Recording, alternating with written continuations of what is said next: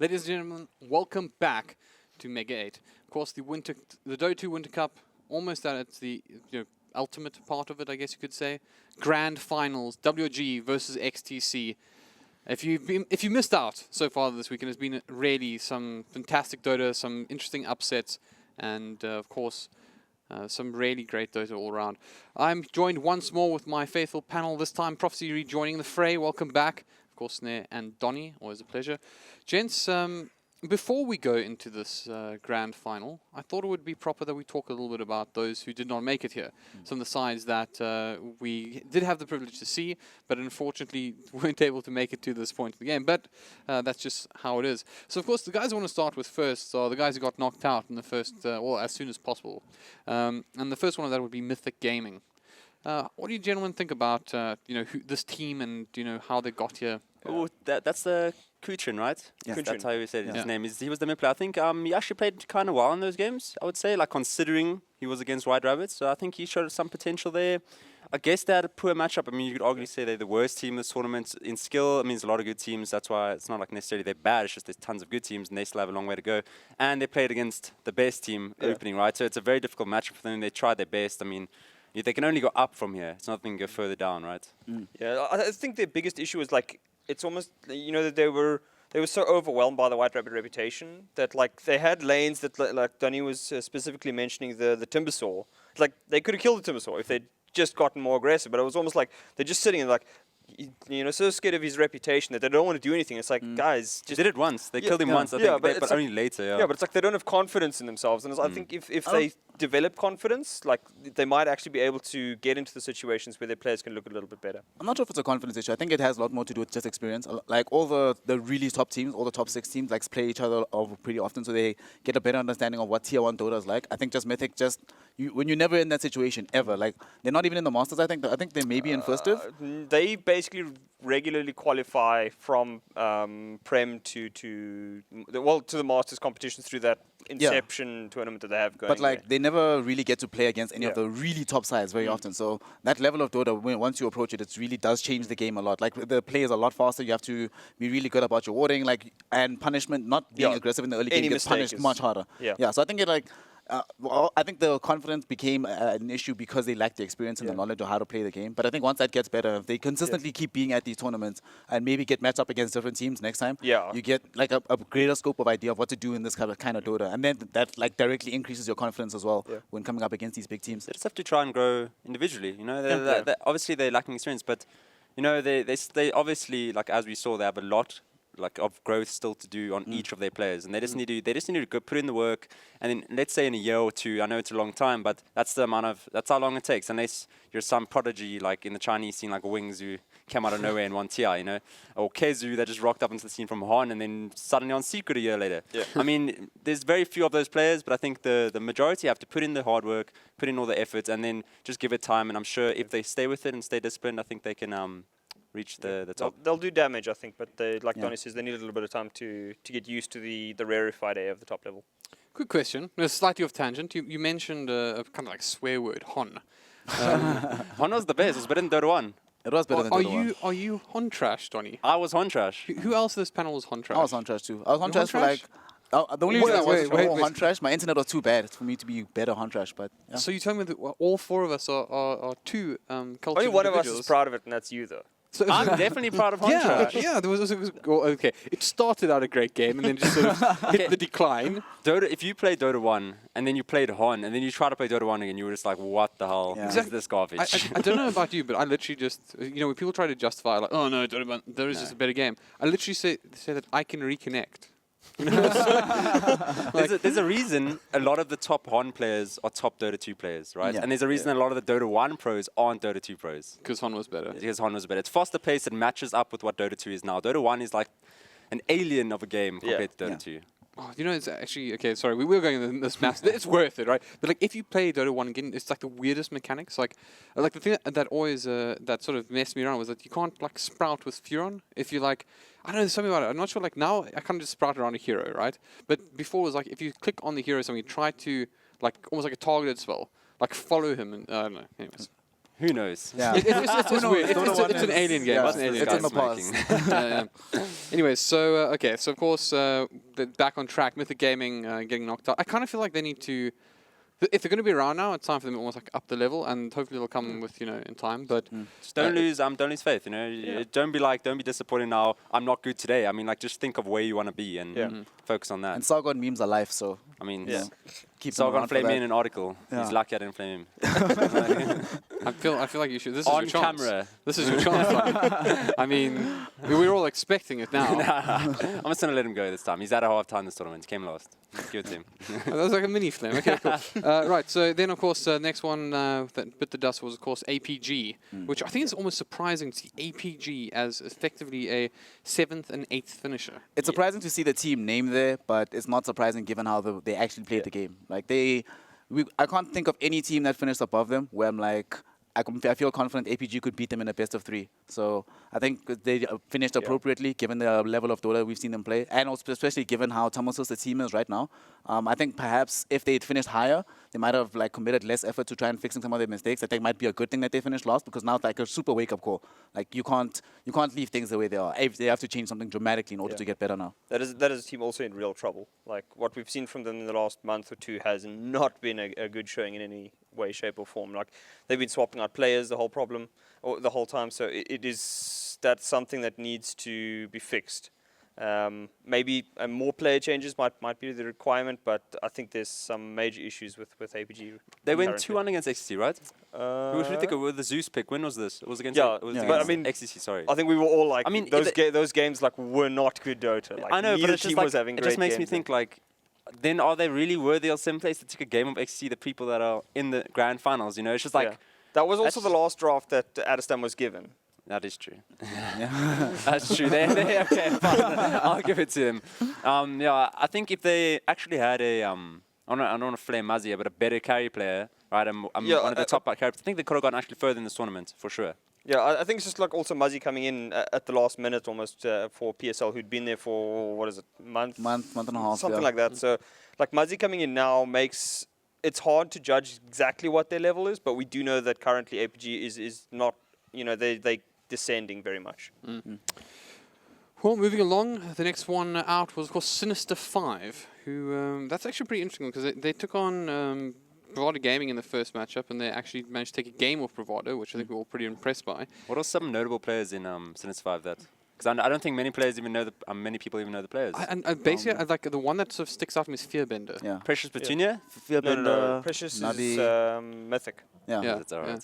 So they are somewhat unknown. I think there's a We didn't actually get to see any of them on the mainstream, unfortunately. Yeah. So it's difficult for us to say, but from what they seem to be a pretty solid team. I mean, obviously through the qualifiers, they I think beat 3 straight Masters teams. So those guys are on the up and up. I'd say they're probably about maybe a year, 6 months further down the line than Mythic. I mean, the fact that that I'm even wondering who their players are now is a big step up, right? Before I didn't even I was like, who is but I Sinister mean, 5? it's like you were saying, it's like so modest. about a year ago, 6 months to a year ago, they were Mythic. Mythic is at that stage. So if Mythic can continue growing, then we'll see performances perhaps like Sinister 5. But I mean, Sinister 5 has done fantastically well here, doing some pretty big damage against Bravado. I think there was 2 games that were actually relatively close. One that they won, the other one they ended up losing. And I mean, BVD gave Ian quite a troublesome time with a full Ian lineup as well. So I think Sinister 5 is a team to watch, and certainly a team for the upper team, or the Masters guys to start keeping an eye on, because you don't want to be caught with your pants down against a Mythic side that is looking very, very dangerous of late. I mean, it's great that we're just seeing players that are unknown to the top players just joining the scene. Because the past 3-4 years, it's always the same set of players in the top 8 teams, right? So it's nice to see players that I've never heard of actually coming out of the woodworks and now saying, okay, I'm actually now good at the game, so I'm gonna fight you. Yeah, I mean, cool. This is the next generation. Yeah. And it's good to see from the Sinister 5 guys. Well, running a little bit short on time, so I'm just going to jump Bravado and XD into one little spot here.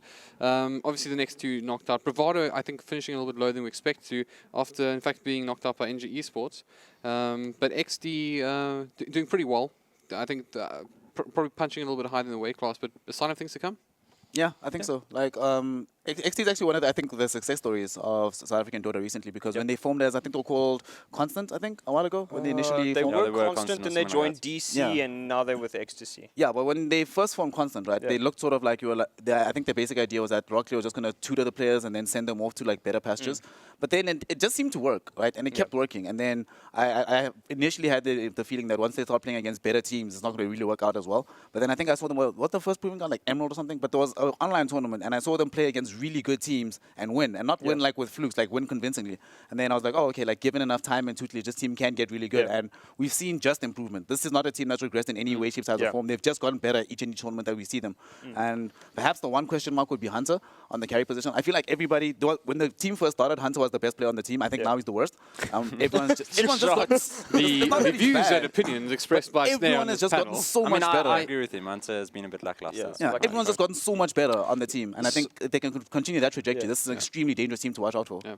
So as mentioned as well, obviously we'll just tip our hat to Bravado as well, running a little bit short on time. But obviously Bravado Gaming probably not where they wanted to finish. No. They were one of the sides we were hoping would do quite well, but unfortunately, They actually got a pretty tough bracket, if I remember. I mean, the fact that ended they up- even have motivation anymore, really, like the fact that they're excluded from all these major tournaments and leagues, it's like, that's kind of disheartening for a competitive player, right? The fact that they're even like trying to win these tournaments, I mean, It's like it's I'll give it to them. not in-game play that's deciding whether they go to these tournaments. It's like background events, and Yeah. unfortunately, like it's a horrible feeling, especially for those guys. They have been such a good team for so long, and they just kind of get overlooked. Just quite unlucky. a bit. it's like it's horrible because it's got nothing to do with their skills. And then, of course, the last one we have to mention, I guess, and we'll just go over this very quickly because we've spoken about them quite a bit, is Energy Esports. Obviously, PSL subbing for them in place of Kez Lucka, if you will. And we all agreed that was probably a big deal, and perhaps we would have seen a different outcome here had he not been there. So, and that's definitely the excuse they will use, and we'll give it to you guys. It certainly isn't great playing these games without your full lineup. Yeah, great But- recovery after the first day's terrible showing. yeah. But anyways, to move things along, I think we are in fact going to chat a little bit about XTC in particular before this first game one between WG and XTC. I think the best way we could start that out is hearing once again from the Crepe Master, Adestan.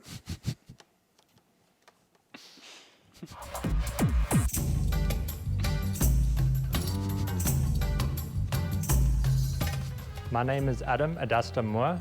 I live in Cape Town. I play for Ecstasy, and I'm the position 1 carry. I'm the guy who hits the crepes in the safe lane. My top 3 heroes currently, I would say, is Juggernaut, Ursa, and Lifestealer. If I could remove a hero from the hero pool in Dota 2, it would be the Axeman. Because once that thing gets Blade Mail plus Blink, it doesn't matter how farmed you are, you're dead. In my opinion, the best Dota 2 player, I'd say, is Donny. Ecstasy is going to win the Dota 2 Mega8 Winter Cup because we can. Awesome. I can never get enough of these kind of interviews as my panelists and casters and everyone has completely lost it and they're all laughing in the background. I don't know. It's hilarious. He is like the best thing ever. That deadpan expression, everything, it's so great. The Axeman, come on. I think we also agreed he's a man who's born without the ability to express his emotions. He expresses his emotions through GPM. That's how he gets his feels out there. It's just, you can tell how happy or sad he is by high or low. The numbers. But yeah, so he's been an interesting character because we seem to have been full of praise for him or basically blamed him for the losses in the nicest way possible. So do you guys feel like he's currently on a good track or do you think that he's going to have to pick it up? I mean, we all think everyone XD has to pick up their play to beat WG, but where does he sit right I feel now? like he's playing better. Yeah, than he was. got way better over the The weekend. drafts have been helping him. Okay, yeah, but that's like true. it's also I think it's like a small mindset change that like the heroes he's been given, like he realizes that he has to be more active. And I think that's been the thing. Do you think that's Deppy's doing? Because now he's drafting? Could be. After that silencer Wraith King shenanigans that he created. Like, nah, dude. He was Get like, off I the dropping understand, just chair. stop what you're doing. No, but definitely I think Prophecy's right that as soon as we saw him playing heroes that you can't just sit and farm with, like the team actually performed better, he performed better. It's just, over the weekend he's gotten a lot better. His improvement has been there. So that's the way I think you can't stop. You have to just get better and better and better all the time. So he's been doing that and we'll see if that continues into the finals as well. I was going to say, be very careful because you said the words pick a hero that you can't just farm with. And I feel like he's the kind of guy like, I'll show you. You can, you can just farm on this hero. Say, what on earth happened to your fluffy little thing? Which fluffy little thing? Oh, I have mic. no idea, actually. Like, I just picked up Are you destroying the studio here, friend? I'm trying my best He's to. eating things, I Like- guess. Yeah, it's just, we fed well. I don't know why you're eating the microphones. Sorry, I was staring at it, I was like, well, something's wrong with this picture. Like, huh. Anyways, so yeah, okay, so back on track. I think you know what's happened is Adestam has killed them. We were serious, everything was good, And then and just then Adam. Adestam. Yeah. And then Snare laughed so much he just ate It's his. similar to what's going on in the games, right? They're doing well, and then Adestam Then rocks up, and Adestam- then everyone's like, I guess we didn't want to win anyway. And then the game just goes out the window. Yeah. Right, so I mean, okay, so you also mentioned Deppy now drafting. I'm curious to know if you change drafters. I mean, obviously it's a team dynamic, so most teams at least you'll have pretty much everyone engaging and saying, okay, let's not do this, or I'm not comfortable playing mid with this particular hero. But how much of a big of a change do you think it has when you swap drafters around during a competition? I mean, it's obviously had a better a change for the good, Yeah. right? Yeah. For the better. So, I mean, yeah, I guess it's kind of like who you would think understands the game better, right? And if you think that's Deppy, then he's the better drafter. Yeah. Yeah. It also depends on the team. Like Yeah. we saw with Energy, they also changed drafters from Chosen One to Chelsea, got much better, like as a Yeah. result. So some teams we see them change drafters in the middle of a tournament and then it goes like to absolute trash. But for the most part, it seems to have been working out for them. And I also think like when you change your draft, that does change your strategic output of the game. Yeah. So that actually might also invigorate the team to play better, or to play, Yeah. to think about the game in a new light, because now you have to consider different ways about approaching it from the onset. Yeah, like drafting is a team activity. So you're always going to have similar drafts, but because the drafter is like basically the final say, like if there's a choice between, you know, like let's ban Sven or let's ban a Wraith King type nonsense. You get to click the button. It's like he's like, okay, well I'm choosing this, Yeah. and that can decide things. So yeah, Adestam's last draft, I think he's probably not going to be allowed to draft for a while. That was The drafting dog box, you I say. mean, Yeah, that I was think Deppy's doing a good job though. Like, Yeah, no, it's- he has like been. the games against WG, the early game was okay. Like, I actually think it was okay, and then they just need to concentrate as the game goes later and just stay disciplined and not. I think once they get more experience, not losing the early game, they'll get better at not losing the mid to late game. Yeah. So obviously this is a rematch as well. We've seen these two sides play quite a bit lately. Yeah. WG must. I mean, what have they won in a row against XT now? I'm just thinking. 3 in a row. Yeah. They won. 3 in a row, plus I would assume that they won the online in the league as well. Yeah, most likely. They've beaten everyone, so So- everything in a row. Yeah, like Yeah. WG's lost like one game in the last like month or something. And Yeah, lost like to it's- DP. Well, I mean, I think it would probably be safe to assume somewhere in the region of about 5 best of 3s. So Wow. it's the monkey's becoming a gorilla, I think. Yeah, I mean, I just it's quite an alarming statistic. I mean, WG at the moment just don't seem to lose. I mean, they've lost one game to Energy in recent times. And when I say one game, I don't mean one series. I mean, you know, Single one game, yeah. one single game. And I actually I think I spoke to Castaway. I'm trying to remember, was it Castaway? He's the Castaway Shadawi I spoke to about it. And he literally just said... Did he say so? Well, It's if it then was- it'd be if- Shadawi. yeah, I think it must have been Shadawi then. So, but he did basically just say it was just the cheese strat. Yeah. It was cheese, and if we recall, there was something like horrific about that game, and I think we can say a lot of that is because of Castaway. ODDP, I think, was the Yeah. carry in that was game. going to say it's probably a lot down to the fact that we had a Castaway Tinker that was just just creating the Great Wall of White Rabbit Gaming, and no one could get up the high ground. But they were at I think a 20,000 gold deficit and still managed to win a team fight. I mean, Tinker things. Just think of things, Tinker yeah. things. Yeah. Like, Like it's really awful when you're playing against Tinker and you have some 12,000, like 16,000 net worth carry, and then you get lasered 1Q, and then Yeah. your contribution is 0 in the team fight. It's awful. It's So why don't really we see annoying. more Tinker then? If it's that. a lot of heroes kind of like Storm. Yeah. Storm is a hard pick, and it just seems like I don't think he like provides that much into the early game Yeah. with pushing towers and stuff like that. I mean, he right cover march and stuff, but I don't know if that's really a reason to pick him. Yeah. That's how I play Tinker. very, I very just basically situational. blink The into problem the with- jungle and I just think the problem create with a Tinker- field that people don't want to walk through. I think with the problem with Tinker in that game is that they also had Whelp like farming pretty much. So like you already have Tinker who's not going to be contributing a hell of a lot early. Whelp's not doing a hell of a lot, and it all sort of fell onto Chidawi. And with the cheese strat that Ian was running that game, it became very difficult. Like Chidawi can only control that much Yeah. if he doesn't have any actual killing power behind him, and they kind of got run over. Still, it took a lot of time for Energy to win that game. But I mean, White Rabbit Gaming have shown the ability to think critically in team fights. And at the moment, that is winning them just about everything in South Africa. They really are the current kings of South Africa. They had a hard road to get there, and they look to be making inroads to building a dynasty of their own at the moment. Right. Well, let's see if we get a Tinker pick after all. I personally hope for another Naga. I really hope not. No Nagas. Nagas. No Nagas, no Tinkers. Terrorblades. Yeah. Nagas. What else would you? Maybe Alchemist. Why not? No, Same sort of thing. please. Just Anyway. no boring Dota. No, I just want to see people brawl and have Yeah. just strategy Dota. That'll be cool. Strategy I like don't want to see Naga some Siren. ratty. And we are in fact things. into the drafts now. I can almost guarantee that. I kind If of they want to pick cast this. Naga, I want to I'm cast this done. curse this right. So there's absolutely no way we'll see a Naga Siren in this one, lads. I don't think they'll pick Naga Do you think they were listening, right, the pre-game, and they were like, I'm going to piss them off right now. Like, I'm going to go pick all the annoying heroes just so they're upset. Well, you see, the First thing pick is, Naga.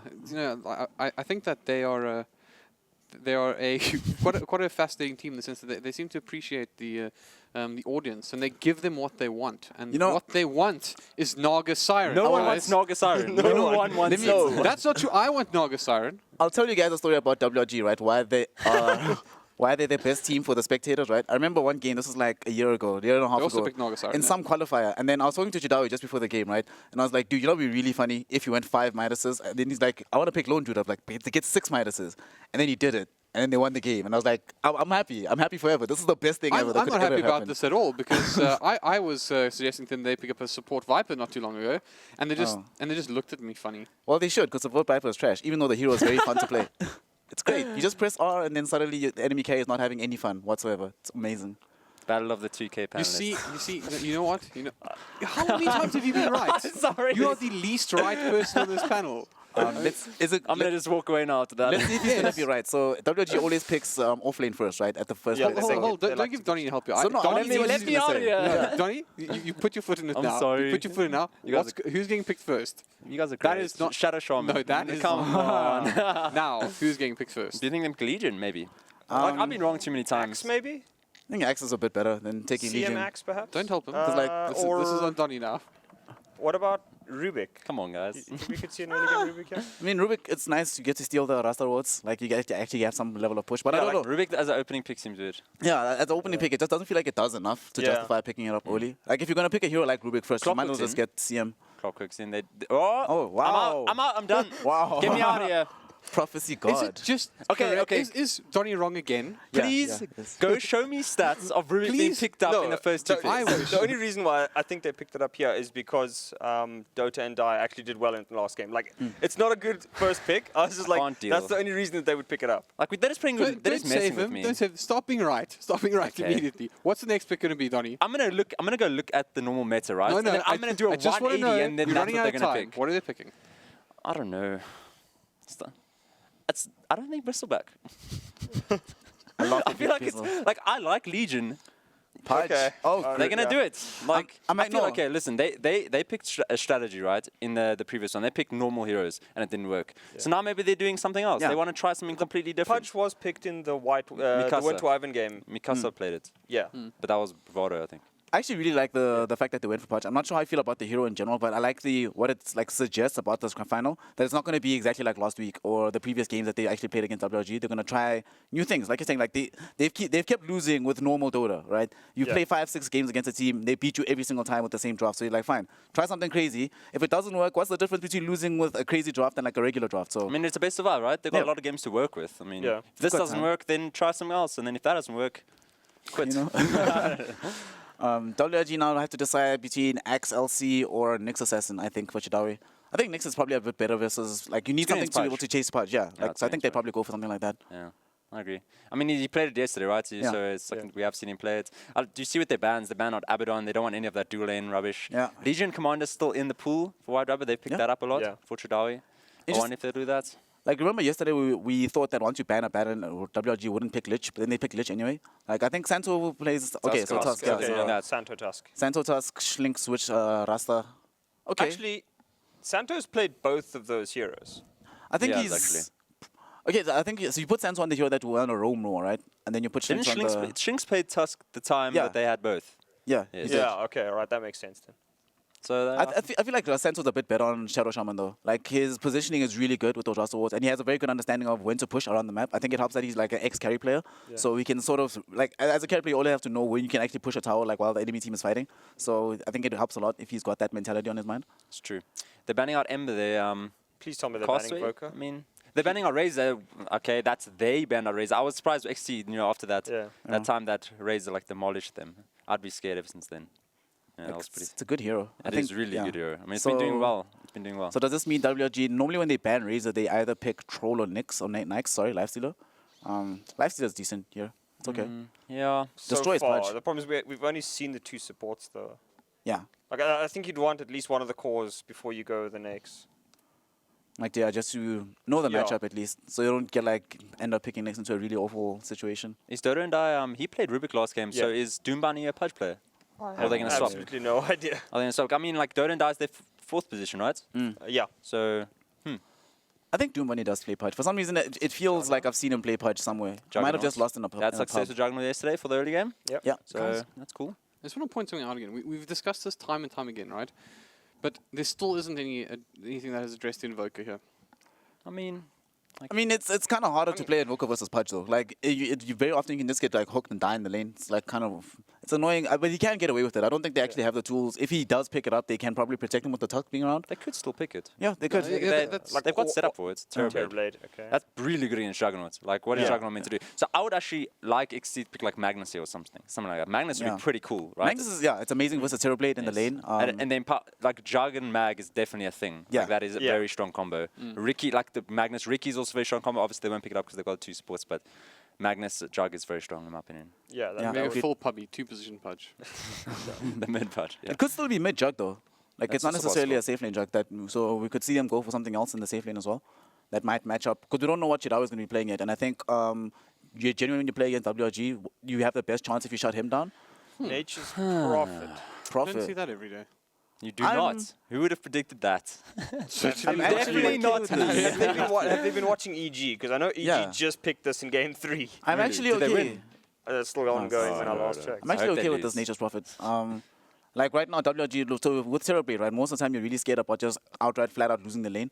Nature's Prophet doesn't necessarily have that problem. They've got a lot of Like- catch for him though. Like Tuskar can just like. Like they do, but Once he gets level 25, though, instant TP. Okay. Once level 25 comes around. But like I think for XCC, the main thing we were talking about it yesterday is you have to avoid losing the lanes. Like Yeah. and Yeah. Nature's Prophet is not a hero that generally gets crushed in the laning phase. yeah, you can be everywhere. You can help all the lanes. So like, Yeah. say now they gang bottom, he can be there and help. his Yeah, team. this might be like your guys' old strat when Flares was playing, and I know that Doms would also do this. Like they would just be super aggressive on any sort of gank Nature's But Prophet they is used to there. send Yeah. 4 heroes to the offlane, which is great. That's kind of, I mean, that's what we've been asking for, right? Yeah. Yeah. This is what XCC the kind of Dota they need to play. They play the best, I think, when they're very aggressive.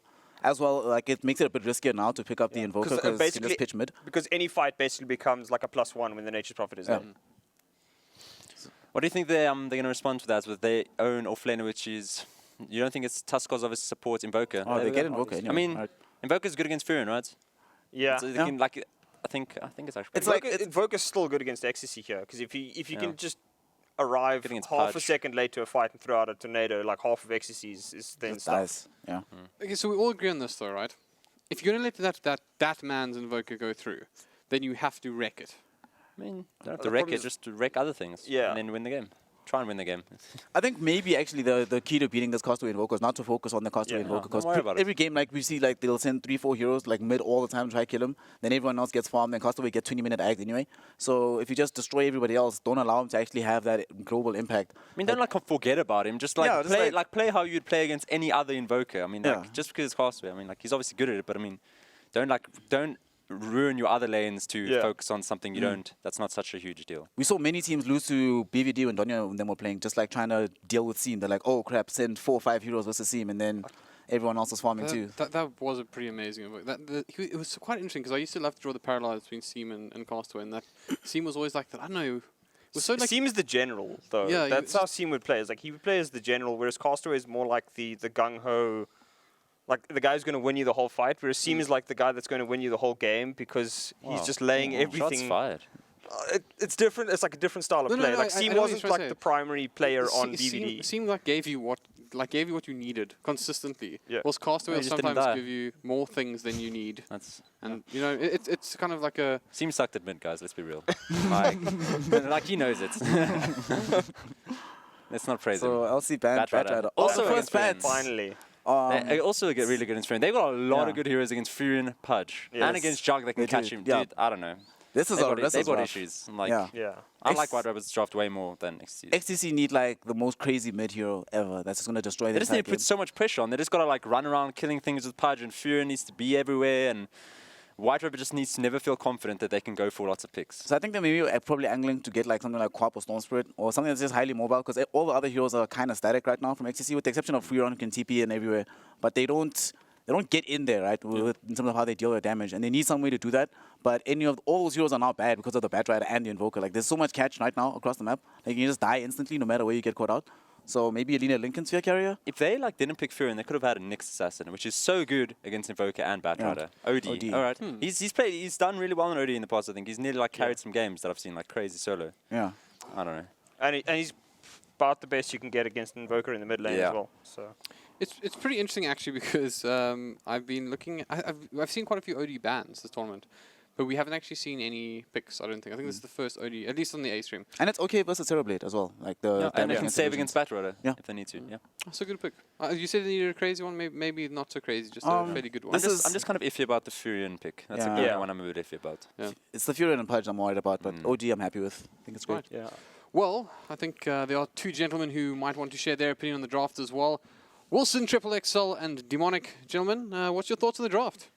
I don't actually mind all that much for the draft. I'm just happy to be here for the grand final, and it's been keeping me up for quite some time. Then again, there are some notes on the draft. Demonic? Yeah, I was actually really expecting a Magnus to come out. Yep. Instead of Excuse that, me, a instead what? of that, a Magnus. Thank Sorry, you, thank you. sorry, terribly sorry. Yes, a Magnus to come Right. out. Just need to instead correct of that, the- and now we'll throw it to you guys. So enjoy, gents.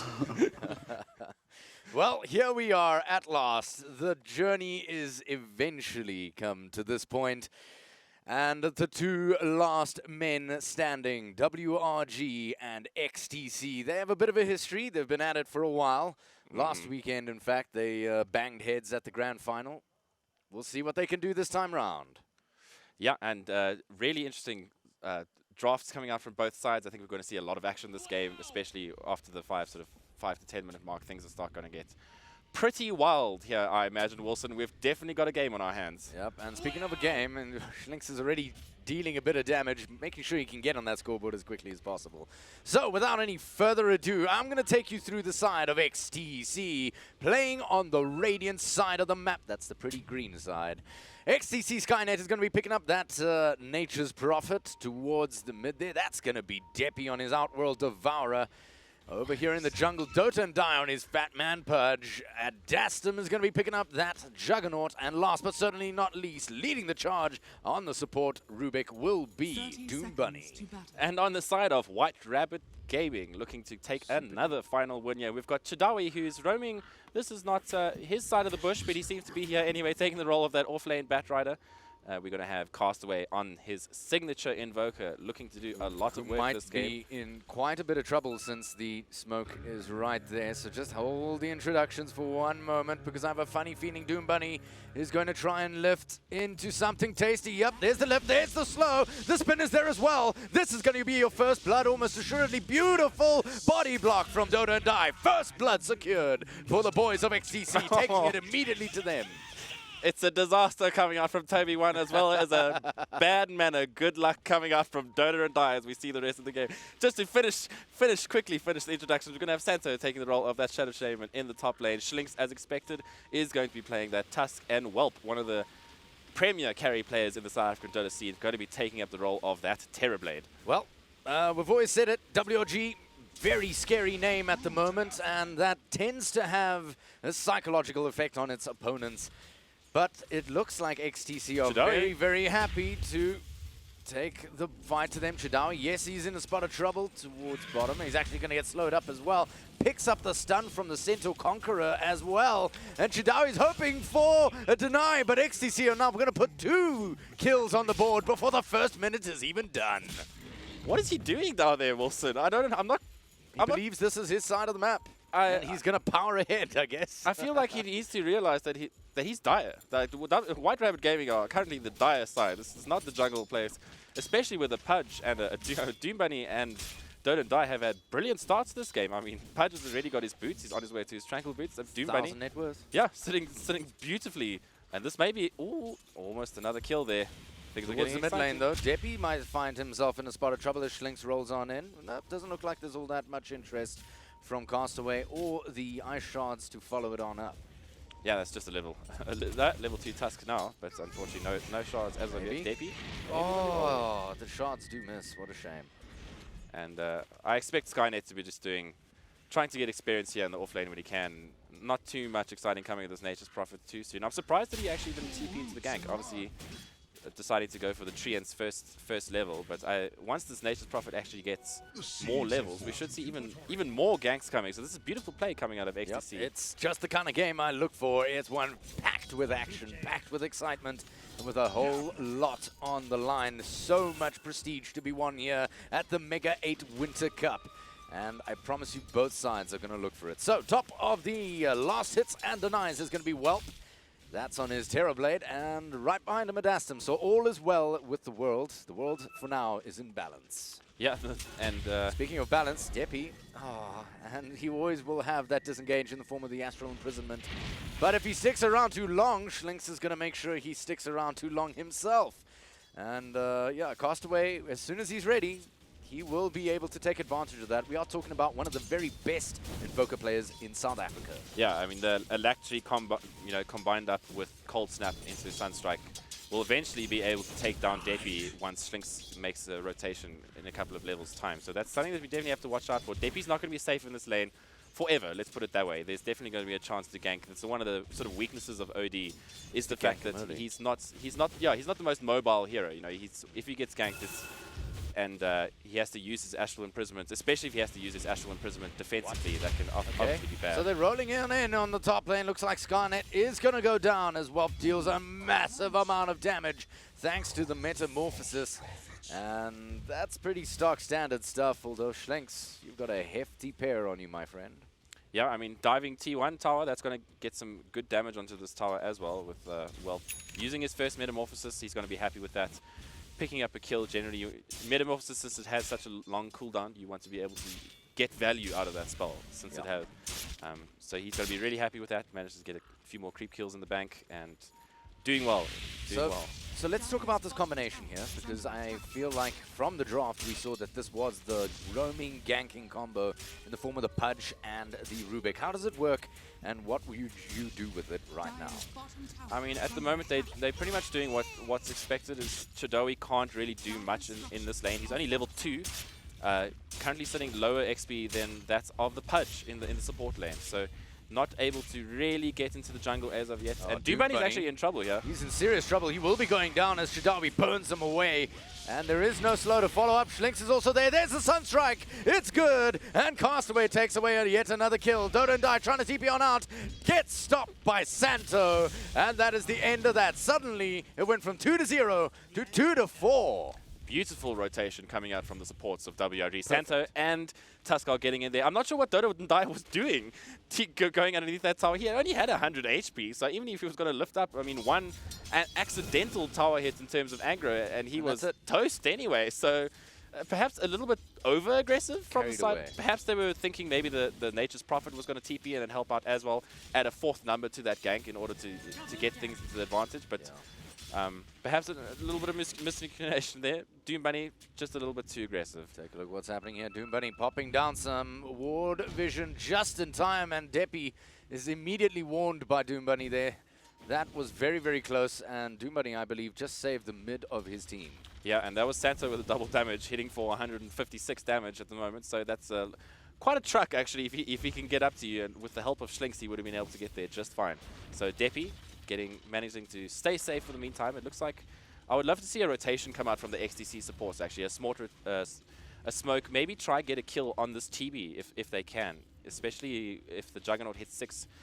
Maybe do a little sneaky smoke rotation to the top, because I feel like that's the hero that they actually need to be focusing on. Not so much on the Castaway middle. He's pretty much going to get what he's going to get out of this lane. But if they can shut down that TB, that will be huge for the side of Ecstasy and bring them put them in good stead for the mid game. Yeah, because Terrorblade is a kind of character that does require a few items to really get going. And the more you can delay that, the better. Yeah, and Castaway's going to get found out by smoke rotation, but Oh, Slinks actually rolls in. It's good. Doom Bunny dropping very low. I don't think he's got any life left in him as Schlinks takes away his life with the ice shards. He will be paying for his sins though. And oh, doesn't quite get the deny, but Toda and Die is now trying to make hasty escape. He's dropping very low. Goes for the deny, gets it. Nicely done. Skynet now trying to get on out of there. I don't think there's any hope of that as he is being burnt away to a crisp by the combination of Chidawi and Castaway. again, slightly over-aggression coming out from the side of XTC. I mean, Skynet TP to the low ground, which was also quite interesting. I suspected that he actually would have stopped that TP to the high ground. But unfortunately, just getting caught out, and with only his TP being level 1, he was pretty much stuck there and already taking a lot of damage just entering this top lane. Yep, so Welp using the cover of illusions to confuse Dota and Die, make sure he does not land the right target. He has split up from them now, but that's because Schlinks and Santo are here, so they do want a piece of this fight if they can get it. Oh, but the shards are just a little bit off. That's a damn shame. Turning for the hook doesn't quite connect, but that was damn close indeed. Yeah, and that's going to be a free T1 going the way of Welp. He's got more money in the coffers as we take a first look at the network. He is definitely sitting on top there at the moment. He's gotten the exact early game that he wants. This TP is going to get huge if he continues like this. And it's going to reach the point that Alistam is going to begin to struggle to keep up with him a little bit, I feel, especially with the illusions. You know, being able to farm neutral camps with those illusions is significant and can get him a good advantage. Chidowi may be in trouble in the bot lane here. Yeah, he does get lifted. There's the spin. It's good, but they've got no other stun, so he just says, well, I'm just going to go home. With a quiet little TP and without a stun or an interrupt, you guys can rage all you like. Yeah, and at least on sort of the positive notes, with the T1 gone in this top lane, it is going to give Skynet a little bit more space to farm here. He is managed to get his phase boost so far, doesn't have anything else. Quite interested to see what build he's going to go this game. If he's going to go into a ratty sort of Shadowblade build, is he going to go into a Argon of Scepter kind of build? The panel was hoping that he would get involved early. Yeah. Could we be as nuts to say as Dagon? Oh, Chidawi in a spot of trouble towards the bottom lane. He's actually going to go, well, that's fine. I'm going to turn around and lock you down before you can do anything else, Dota and Die. And that is actually the perfect decision with Slinks right in the front lines, throwing out the ice shards to allow the Bat Rider to fly on over unobstructed. Yeah, beautiful little play coming out there. I would actually say the old school sort of fighting Nature's Prophet build was, I believe it was either Ice or Mushi who just first started going the mechanism on him. That might be a viable option. They don't really have an early game mechanism carrier, and against the amounts of spam and damage coming out of WRG, that may not be the worst idea. Armor is also always very good against high physical damage heroes like Terrorblade. So for all of those who play Nature's Prophet at home in public games, you should feel bad about yourself. Dagon? Why not Dagon? Dagon adds almost nothing to this hero. He is he's a right-click hero. Unfortunately, he might be in a little bit of trouble here. Yep. Santo's there. He's locked down for an Age of Man. There comes the Sunstrike. There is no hope of survival for him. Doom Bunny on in very ill-advisedly, maybe trying to make something happen. Adastam coming through from the bottom there. He's going to go after Santo. In the meantime, Dota and Die taking a world of damage from Welp towards the top there. Santo getting a last-second shackle to keep himself alive a little bit longer. Deppy now in his sights of this metamorphosed Welp, and he's in serious trouble as he's being chased by the Frozen Sigil. It does slow him down. Deppy with a key little astral imprisonment. Yeah. It's going to secure himself the runaway. But Welp is now finding himself in a bit of trouble as Scarnet does manage to trap him in. There's the spin. They manage to take him down. And it's 9-5 at this point with a 1,000 net worth lead. Sorry, please continue on the reasons why Dagon is a terrible idea on Nature's Prophet. It adds nothing to his team.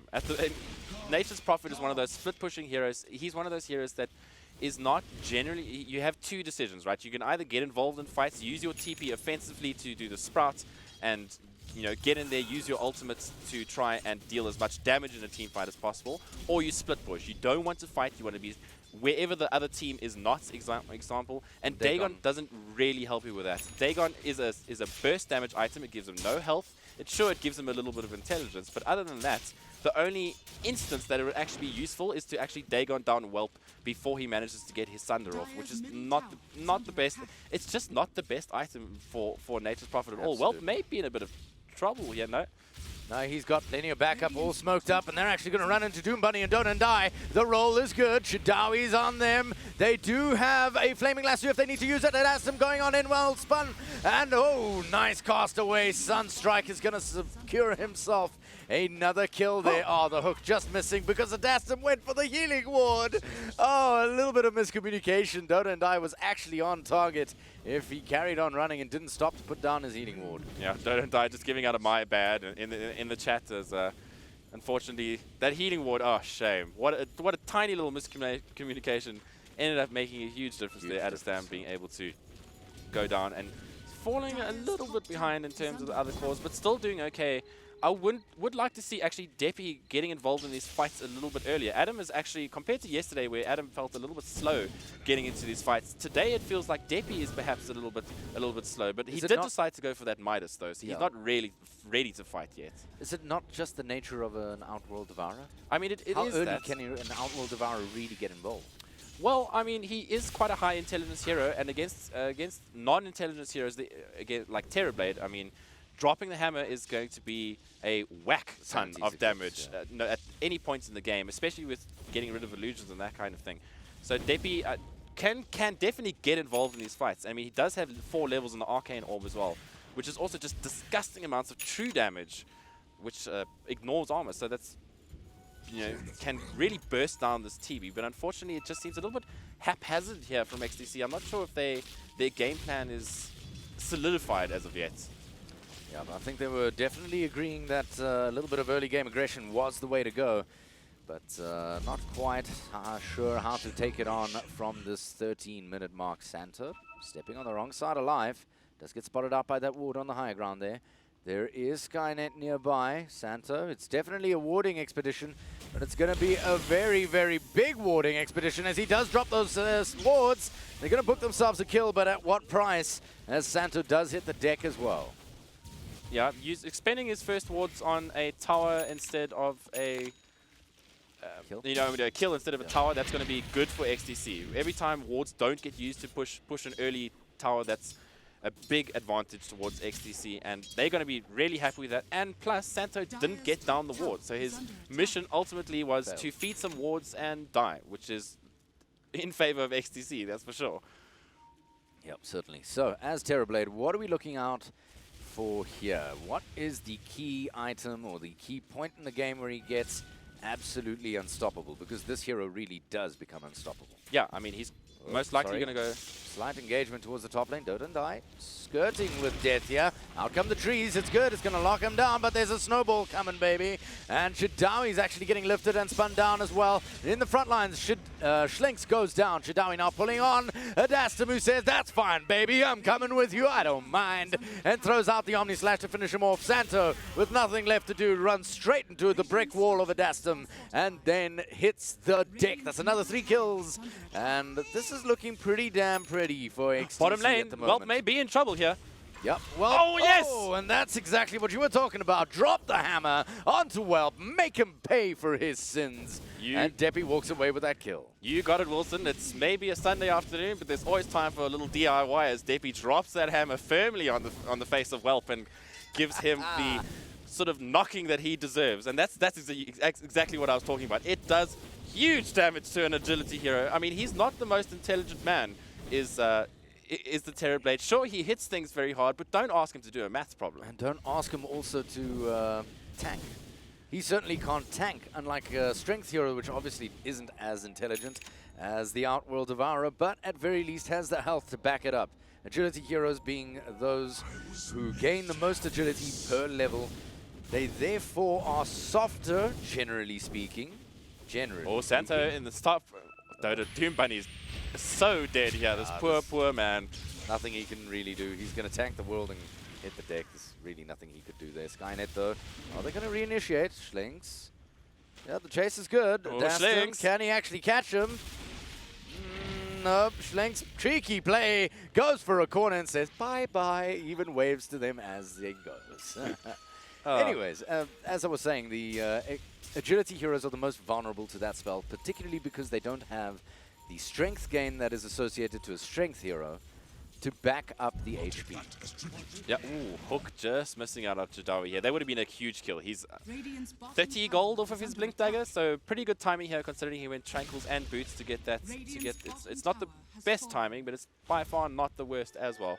And Terrorblade is working, he's going to be working towards his Manta style. We sometimes see a Dragon Lance as well for the Metamorphosis, just to help with that tankiness, as you mentioned. Dragon Lance being one of the best stats item per gold in the game. So generally, we see TBs going that, well deciding this time to not go for that. He's working straight towards a Manta style, and I wouldn't be surprised if he goes something like a Skadi after that, just to try get not only his intelligence up, but just try get as tanky as possible as well. Absolutely. The way to beat the hammer, as it were, from the Outworld Devourer, that Sanity's Eclipse, is either to be as intelligent or, of course, just be so very tank. So stack up on stats, and that's the way to go. So, Stoner and Die throws out the hook. It's good. It's going to connect, and good night, Sweet Prince. Quickest kill I've ever casted there. Yeah, that's the power of Pudge on a 700 HP hero. Hook dealing 400 damage and a quick little ulti. They do get Santo does get the tier 1, so he's not going to be too upset that he died doing that.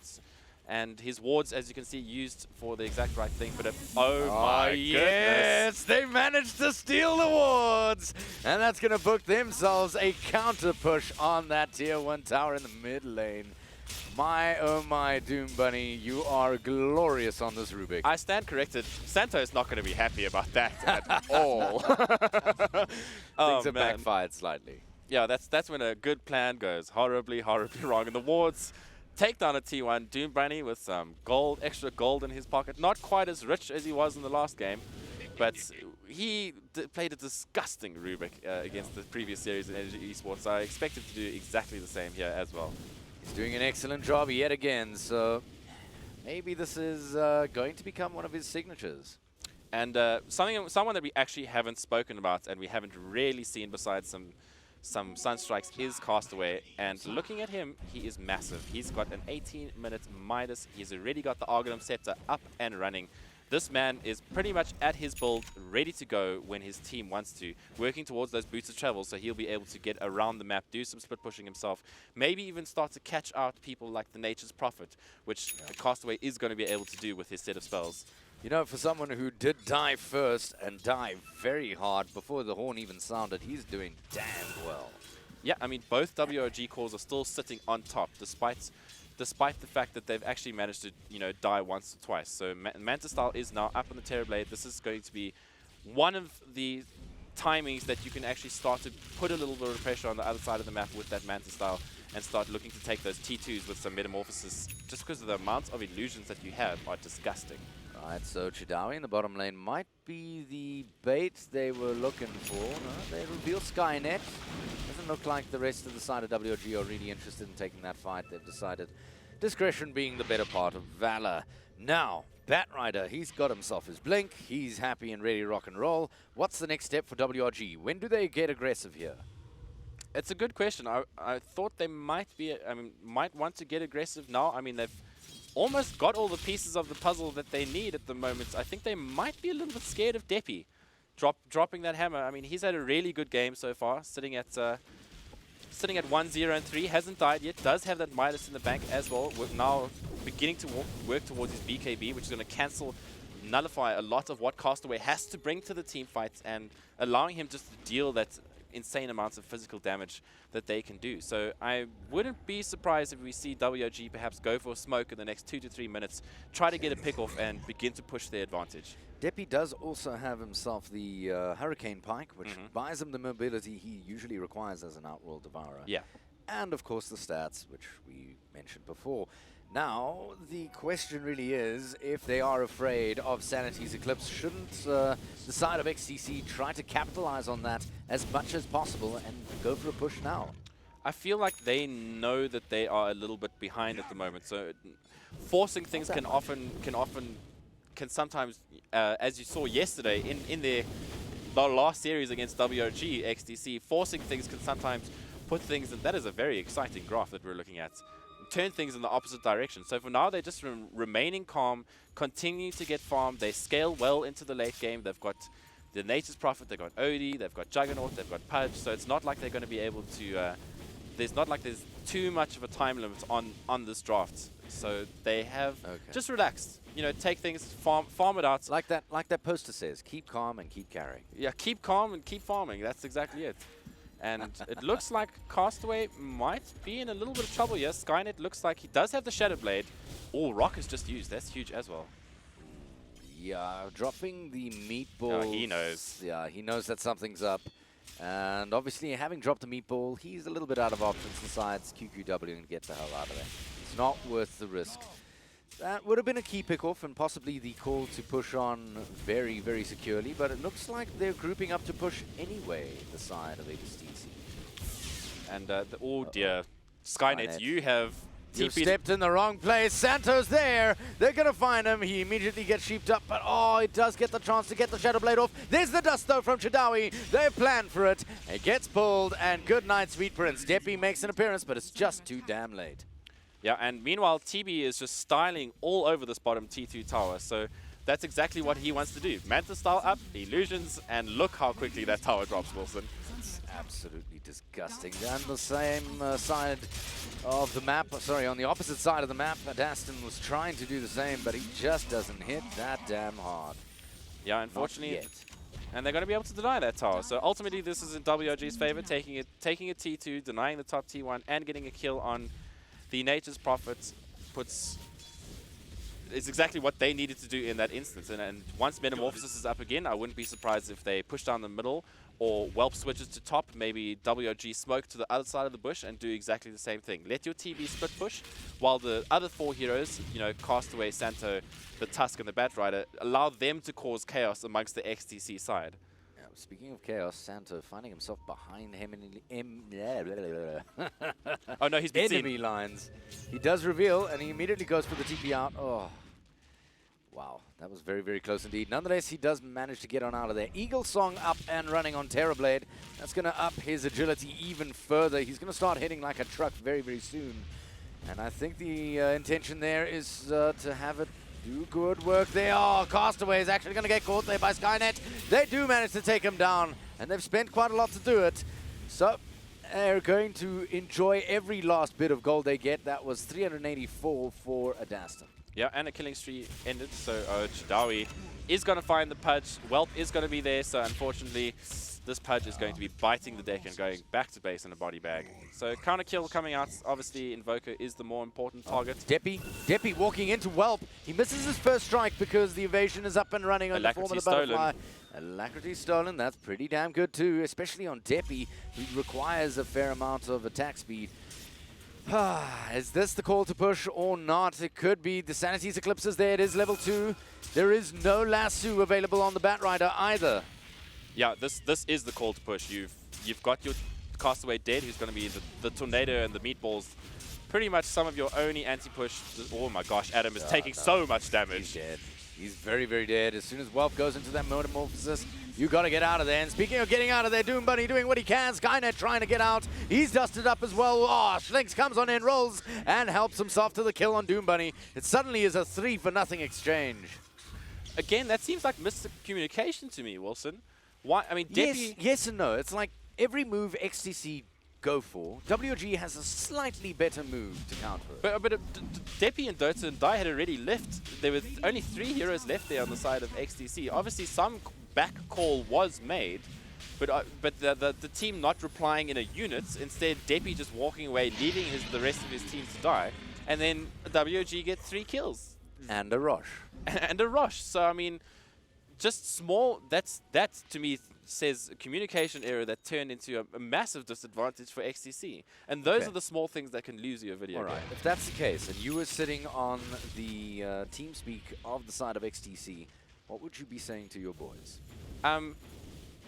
Stick as a flippin' teammates. I think would be my saying, especially now with the 25-minute mark. You know, it's the play is either let one of your supports die while the rest of the team backs out, or leave together and try disengage as a group. Because if Deppy was there and managed to drop a hammer, that could make a huge difference. And it looks like they're finally trying to... Are they going for Castaway? Oh, well, Whelp They is might right find here. Whelp. Whelp is a problem, They though. do He have the does have ward. Aegis. They spot him, and they pull him in. There goes the Aegis.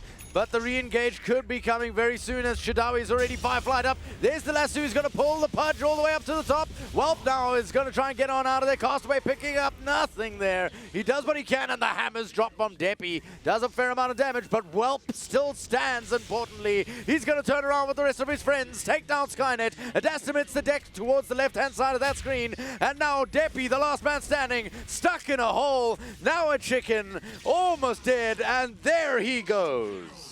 Full team wipe. Wow, what a huge fight coming out from WRG. Whelp looked like he was in a lot of trouble. They did have the Aegis, luckily. That was the one person they shouldn't have gone for. Yeah, and unfortunately the Aegis bide enough time for Castaway to TP into, or at least get himself to the shrine and be in a beautiful position for that ulti. And even though they threw everything on Whelp, all that Whelp did was sunder Adam and just hit him twice, and he was dead. The evasion, this butterfly, just doing massive amounts of work in terms of the evasion. 25 minutes into the game. Adam and the Nature's Prophet and Odie, who rely on hitting you, are just not able to hit this hero enough to kill him. Dodandai actually does manage to pick up the Shadow Shaman on the sidelines, but look at that damage from Whelp as he melts away at poor Doom Bunny, then takes a bite out of Adastum, now goes for a second helping, a Biss if you'd prefer, of Scarnet. Scarnet, though, managing to retreat all the way to the Pudge. Pudge getting lassoed up, and Shadawi trying to get that kill anyway, cheekily on the way out. Oh, and with the Schlenks comes on in as a distractionary effect by the looks of things. Gets lifted, he will be going down, but it's all for naught as the bottom racks is gone. Yeah, the power of TB. He's got his Manta style. He got an early butterfly, so the evasion doing huge work, and now that just gives him incredible amounts of right-click physical damage, and his illusions are hitting for significant amounts as well, and that's just an easy racks for the side of WRG, and now he's got an Eye of Scotty. Yep. So he's now very, very difficult to take down. Has a whole lot of slow to add to his right clicks, which obviously when Metamorphosis is up, will slow absolutely everyone. Yeah. Essentially, because, I mean, he's got 600 illusions of himself. The illusions do it too. It's an absolute bloody mess. I don't know. I'm not sure that they are actually capable of killing this hero unless they drop everything and the kitchen sink on him before he gets off his Sunder. If he can get off his Sunder, Then that is just pretty go much home. a team fight lost at this point. I don't feel like you're going to be able to bring that HP down a second time. If that's the case, we have seen Outworld Devourers pick up Silence before. Pick up an Orchid Malevolence, then build it into a Bloodthorn. We have seen a similar build out on the Nature's Prophet. Is that the option here? Absolutely. You have to get some form of silence to be able to stop him from doing that Sunder. Unfortunately, he does have the Manta style, so it's always going to be an option to just Manta style out of that silence. And obviously, once Whelp realizes that the other team has a silence, he's not going to be using his Manta style so freely, right? So the best situation in that case is to get two silences. I would say get a silence on both.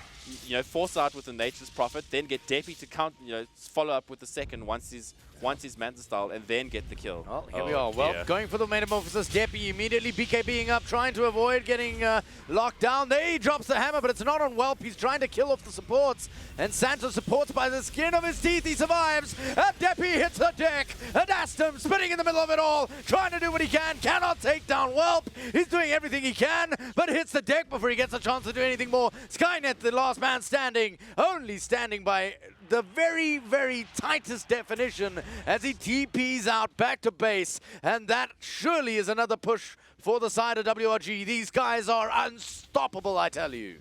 Yeah, Whelp is just too huge at this point. I mean, he's sitting at 21k, and let's not forget that 2k behind him is sitting, the Invoker now has a Lincoln Sphere and is well on his way to an Octarine core. So WRG just looking so strong here.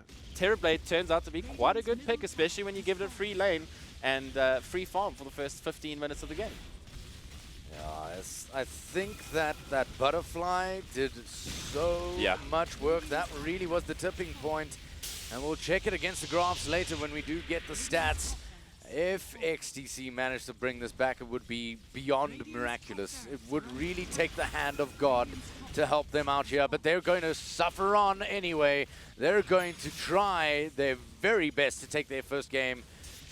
Not likely to happen with a 26,000 net worth advantage for WRG.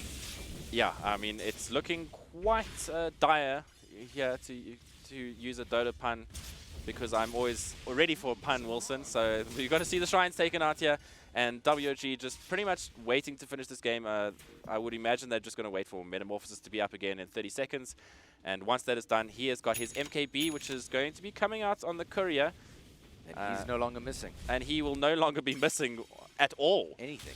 Yeah. So, oh man. Even this these illusions are starting to get annoying. Did you see that? The Terrorblade illusion denying the bounty rune at such a late stage when it, to be honest, the carry, it's an extra 100 gold. It's always nice, but it's not that valuable. It's not that much of a game changer, and he's still denying away. Luckily, it's never too late to be cheeky, Wilson, in a game of Dota 2. That is absolutely true. So Welp just showing off those bad manners there by denying that bounty rune, and WOG looks like they're going to head towards the middle, maybe waiting for Roshan. Roshan's not going to be up for a while. Castaway is going to find the Juggernaut.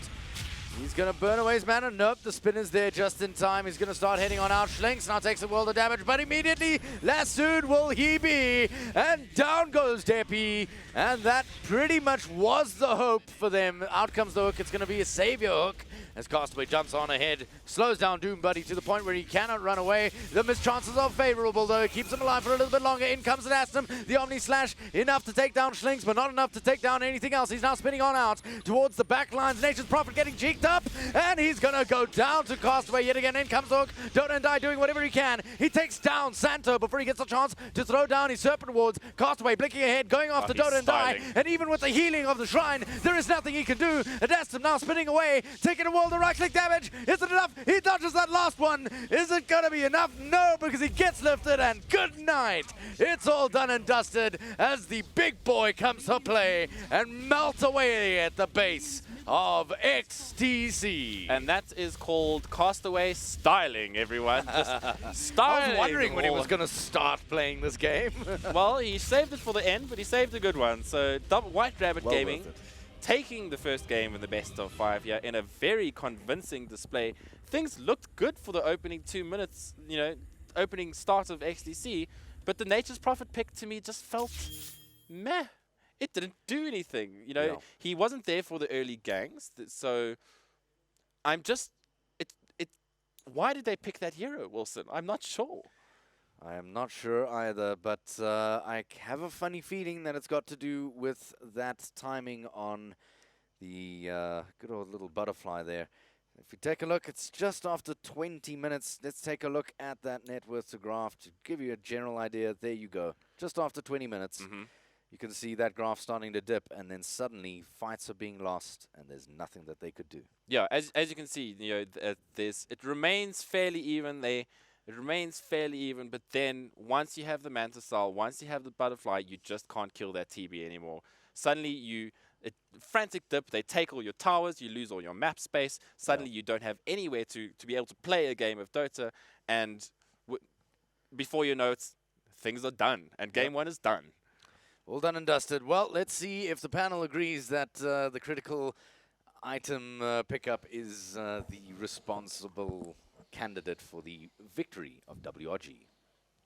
Right, thanks very much, guys. I don't know if the butterfly alone was enough, but certainly I agree with you about the timing.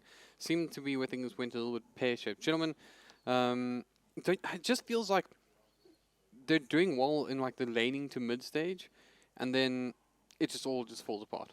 Feels like Furin just wasn't a good hero. Yeah. Like that game, or like the way he played it was just, he went phase boot Shadowblade. It just seemed like, I don't think he did anything useful that game, to be honest. Like every time he TP'd into up, he would just die. And I feel like probably like if they think Furin was some sort of good hero that game, which I don't, right? Then maybe his item should have been way different. It should have been like a drums Atos. I think Atos is actually an insane item that game. For Invoker and in Batrider, they can actually just hold the hero still, because Sprout's not actually that useful against Batrider. But, I mean, I don't think Furin was actually the pick. I think Nyx would have probably been a better pick there. Yeah.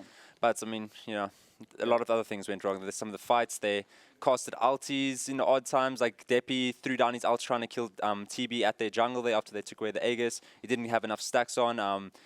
Jug omni-slashed illusions, included like he manted and then cast an illusion and then he omni-slashed, and obviously it wasn't enough.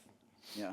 And I think we saw yesterday, game number 2, when they played against WRG, things were looking magnificent for the XTC up until they took one fight, lost it like horrifically, and then everything went downhill from there.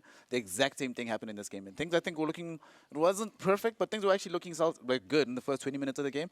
Then after WRG got Aegis onto the Terrorblade and they were farming on the Ancients, they went into their jungle to try and fight them with a 4-5-man gank, and they killed the Terrorblade almost instantly, burst his Aegis. And I thought, okay, great, this is actually amazing. Like, but then they stuck around. They saw some TPs coming. They had vision of Batrider coming in with a Blink Dagger, but then they stuck around for the fight and lost every single hero. And that's actually what allowed Welp to get that 24-minute butterfly. Immediately after the fight, he got like 1,000 gold after that, like a triple kill or something. So then after that, you're like, well, you made the game much more difficult for yourself than it needed to be. So, and I think this game we saw what can happen when you... Like, Terrorblade as a pick was just fantastic. There was nothing to deal with him. He was really good up against pretty much every hero on the enemy side. And Welp carried this game tremendously. Put the whole team on his back and was just like, guys, relax. I've got TB. We've got this. Yeah. Welp did a fantastic job at farming. He knew that like he wasn't being pressured on his lane, especially because they were going to keep trying to gank Castaway and all the rest. So he basically just farmed up there. And it just feels to me as though XTC does like the first half of every plan that they formulate goes perfectly, and then something happens, and then it's just catastrophe after that. It's just like, it seems like it's like one small fight or one small decision by one of the players, and then everybody just becomes like a complete potato after that, and then, you know, and it just snowballs. And White Rabbit Gaming just they use that to get themselves back, you know, on an even keel, and then they just never let control of the game go again. Do you know what's scary? I was just thinking about this whilst this game was going on. This was a team that we're watching now, just completely dominant, right? That used to struggle to find a sponsor. Which team is this? WRG. WRG, when they were playing as Noob, they literally were in a position where they could not find an MGO or a sponsor to take them on. I mean, they were probably just in an unlucky time where all the MGOs had teams, right? It's not more on them, or just they were just in an unlucky, awkward time. Oh, no, that's what I'm saying. It just seems like like WRG, like the actual MGO. It's not like no one wanted to sponsor them, it's just because there weren't any available, you know. But anyways, yeah, I mean, to me, it's like the actual organization, White Rabbit Gaming, like picked up the side that was a hopeful, you know, and wasn't really high up on the radar. And they've just come to this point where they're the single most dominant force in South African Dota at the moment. But I mean, there's glimpses of hope from XTC, but it does feel like it's kind of we're watching the same story play out over and over again. Snake, you mentioned something about timing, 80 minutes in a previous. Yeah. So it was game 1 yesterday. I think the fight that definitively lost them the game happened at 16 minutes, something like that. It was really early on. Game 2, it was like around 18, 19 minutes. Axe jumped in, like Mr. Cole and Razor, they all die. This one, it was 22 minutes in the jungle, killed Terrorblade. But the glimmer of hope is that time seems to be getting later and later and later, right? So if they keep this trajectory going, yeah, eventually, right, you're going to be at the stage where you do this catastrophe, but then you at least have farm on your heroes, and you can at least take the next fight somewhat evenly. Because most of the time that's been happening, it's been happening in situations where WRG is actually slightly ahead already, and then it just makes it much worse. It exacerbates the situation. So hopefully if that kind of critical fight happens when the game is more or less even, then it might be a little bit better overall for XTC. I mean, what happened in the safe lane? What kind of rubbish happened there where they were trying to take the tower at 4 minutes and then all 3 of the heroes just died. Money dies to the tower solely, and then Bat ended up denying the tower eventually. Oh. That was like, that was so sick from I Chidawi. felt really like that was just like, come on guys, this can't happen. Can we give props to Chidawi on this Batrider? Like, what do you? He has 50 damage. How are they letting this happen? Not for the deny, but we wanted to see Batrider, right? The whole tournament, right? Yeah. And then we saw it, and you're like, this is why I want to see Batrider. This is the kind of game. I think you can do this like to most safe laners now with this hero. Like, and I don't understand why more people haven't been doing it. But then we got to see the opportunity why this hero is good.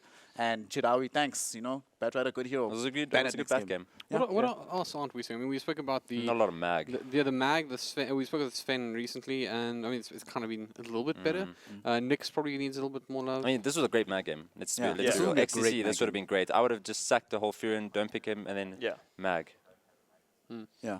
Well, I just had Demonic in my ear of all people. Apparently, they don't have a Magnus player. from Well, XCC. come on. Then Come he's on. not this patch player. Then you need to learn Magnus. Like that's Yeah, like, what I else mean, are you supposed he's to had the whole of 7.0 to learn Magnus. Yeah. Come on. do? This hero's been broken since the new patch I'm came gonna out. say, So what whatever. do you mean new patch came out? Like Magnus has been a big deal for ages now. Yeah, for quite a Yeah. few months. Yeah, but I say this, but I don't play Mag either, right, guys? Come on. Like, if I was playing a team, I'd be like, guys, I don't play Mag. Come on, like, You gotta play Mag. Like Yeah, but, like you should have a player that's like at least willing to try because yeah. like Mag, maybe you don't have a Mag player, but Nature's Prophet right now is like, bad. yeah, it's Just bad. yeah, honestly, like, just bad. There is no other word No, for him it's right like now. it's very again situational. Mag seems to be good in a lot of situations, Furin obviously in a lot fewer situations. So rather just be good at the heroes that are good in many situations instead of being good at niche heroes. I think- Basically, you want to pick up Furin when you're playing against Ortiz. I mean, even then, like we know that I think the idea of the a hero like NP, right? You're supposed to have that global presence. You can do a lot of stuff. You know, keep your lanes relatively solid. Why not pick Spirit Breaker as one of your supports, and then you have Darkseer, then does the same thing. Then but you don't die like instantly when you TP to it. I don't think we actually saw a single gank that Skynet went to that he didn't die. Like the only time that Skynet survived were the fights that it was WRG engaging into XCC. Then he can come in at the very end of it and help the team out. But if he was involved in actually starting the fight off, he died every single time. Yeah, So, or they just ignored him in the fights. Like Yeah. that was he was either dying or just being ignored until the end, and then he could like basically run out in Shadowblade. But yeah, it was, Pudge was actually also pretty uneventful that game. I wasn't too impressed about his early game. Like he hit maybe his first hook at like what? 10 yeah, minutes, 15 after- minutes. As they lost the tier 1 tower. I mean, that's not good, right? I mean, Yeah. he's running around, he's not finding any hooks. I mean, you like tried to save, who was it, Addison trying to run away, and the hook just goes wide, like it wasn't even No, close. what actually happened there, I think, was Adam was running and then he dropped Yeah, the, he- Oh, dropped the really? ward in Dropped front the of him, ward. and then the No. hook was like, guys, He's like, sorry, dude. so Adam got himself killed actually. No, Yeah. it's Adam's fault. This kind of Pudge is one of those heroes, I guess we can say, almost like the old school Mirana, like hit arrow win game, hit hook win game.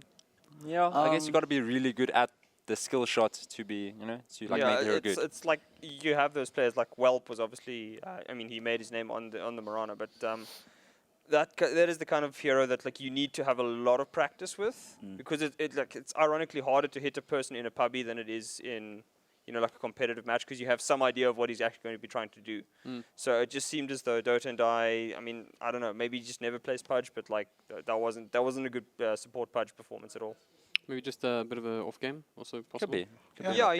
he's been actually I pretty just don't want good. you guys to speak ill of the Pudge. I mean, I but could maybe he'll like come give him back. the benefit of the doubt. It could just be off game. Yeah. Maybe Also, he's like I don't know, like Oh well, Yeah. I don't, We'll that see. came out of nowhere. like Yeah, like suddenly like in there's a draft. RKO, there's a draft. But let's get stuck into it, guys. So, what? Okay, so we've spoken a lot about the mag. So hopefully we will see a mag just for the sake of We seeing a won't. mag. I don't think these we, other we teams won't pick see a mag, mags. but they should pick a mag, but we probably won't see it. Yeah, I mean, Shadow's should not a I- mag player either, right? No. Yeah. So Chidao will never play mag. yeah, no mag players in this game, boys. So I don't feel like that should be. Doom, That seems feels like- dirty. It does Doom feel gets dirty. money. That's any hero that can get easy money is heroes should always happy to play. It doesn't matter, right? WRG don't need learn heroes; they win anyway. If I was XT, learn as many heroes as you can. So Tree still banned, Abaddon still No, banned. this is the exact same. Is there anything from game 1 that actually requires banning or like addressing draft-wise? I think like XCC ran a very unconventional draft with the expectation that if they should lose, they probably know why that the draft in and Not of the big itself Rubik Pudge needs is their something first else. 2 picks. Yeah. So I don't think they actually did. I don't think I saw anything Rasta. banned with it. Rasta first, okay. Kind of deny picky, right? Both these guys, both these teams value Rasta pretty highly. It seems. Yeah. Yeah. Yeah, that's pretty cool, I guess. I mean, he has been doing like the way Sun's been playing is pretty annoying. Like he sits in the trees and he like waits to pick off one hero, even though he dies. Yeah. And he just chucks wards for it and seems to create space for his team. Yeah. He did that like he kept doing that to Skynet Yeah. last game as well. It was pretty annoying. Every time you see Prophet TP somewhere, try to get him farm, and then he's just shackled and soon Sunstrike, and he just dies. I mean, people think Really it's annoying. bad because he gives up the ward goal and stuff, but he shows where 2 or 3 heroes are on the Yeah. map right there. And then his cores are just rising. You saw actually, the right. TB was just doing whatever he wanted. He was like, I know where they are. They killed my supports. Who cares? Yeah. So Rasta, White Rabbit. Do we see maybe the clock SF? They could, but I don't know. I don't think Chirawi wants to play clock. Nor do I think like Santo and Schlinks are players that really want to play that hero. Do you think they're going to pick their draft? that would Guys, be so bad mannered? They Guys, lead with Rubik, right? guys, That would be so guys. bad mannered if they do that. they have to pick Pudge now. They have to pick Pudge, yeah. Guys. I mean, this is like the level of BM you start getting to. Like this is like quite BM, honestly. That would be very BF if that happened. I mean, it would be hilarious to watch, but just to see them get beaten like with they their own say, draft. it's always nice to have a bad guy at the top, and White Rabbit certainly. I mean, it just makes it entertaining for White Rabbit, I guess. They maybe they're a little bit bored just winning all the time, so they want to make it a little hard. Sure. So Yeah, so, they're taking way too long. I think if this was going to be a troll pick... I mean, maybe they're just like making them like They- they're making like, think XC about are it, like, guys. guys, are you really gonna do this? Okay, And they then- can pick Jug now, right? Jug's not necessarily a bad matchup unless XCC like insta pick the Razor. If they pick Jug, then WRG can ban Razor second phase. Jug, Right? the Soleon's pretty weird. I mean, it's weird, but if we're talking about BM, right? What's the most logical way they could possibly BM? Then I think I'll that's pick probably how like they started the off. cores early. Yeah. Right, Nature's Prophet now. Not That would be Pick all your ultra opponent's BMs, though. signature heroes, you know? Um, I actually think that's probably worse. Like, worse than No. picking your opponent's draft is picking all their signature heroes and beating them with it. but real talk though, I think Tusk is pretty Okay, good. Oh, that's okay, guys. Right. This is still We avoided the BM. Tusky, right? This is Who probably picked the Earthshaker? Or was Bravado? no, one it of was the APG. One of the offlaners. It was APG, remember? Was it? Yeah, O'Malley played it. Yeah, And And O'Malley. they had then- a weird yeah, support duo they there, won. if I'm not mistaken. Not surprised Razor Yeah. came in. It was like Earthshaking, something Yeah, it was underwhelming. Earthshake was playing offlane, and Yeah. then they had Clockwork Yeah. was one of Oh, the yeah. supports. They and then picked up something Clock else. first, and then I remember because Donnie was like, "Yeah, this is not a good matchup for Clock," and then Yeah, they picked then they picked Earthshaker, and he's Earthshaker, like, it got "So you worse." dodged the lane, and Yeah. then got a worse matchup anyway." So even though WRG didn't go for the Juggernaut, I'm still glad XCC picked Razor. I think they've been seeing that every game, second phase, it will get banned out. So if you're going to get this hero, and I think Adestan probably had his best performance overall on this hero. Yeah. But no, his slot was actually, I think, better than his Razor. But I think Razor is just the safer pick overall. Yeah. Let's check as a good pick. I've seen some teams do it. Mind Control and Liquid plays Yeah. it often. I see not often, but sometimes. And And Universe plays it sometimes. really, yeah. Yeah. It's been a while, yeah. It's, We I played mean, that Universe last playing week. like Void. I'm surprised we haven't seen many Voids this tournament. Void seems like a cool pick against a lot of these heroes that are being picked up, It doesn't like seem- Razor and things like that. It doesn't seem to suit how like a lot of SA teams want to play. Because like if you pick Void, you can't just like I mean, split up across the map. You actually have to Shidawi do might stuff. be the best Void in SA. That's the thing. Like last year, like his Void was beastly. I think his Void was a little bit better last year. I was like, are you just going to leave me on to dry there? I was like, come on, Donnie's dude. Void was pretty good. I'm like, Yes. come on, dude.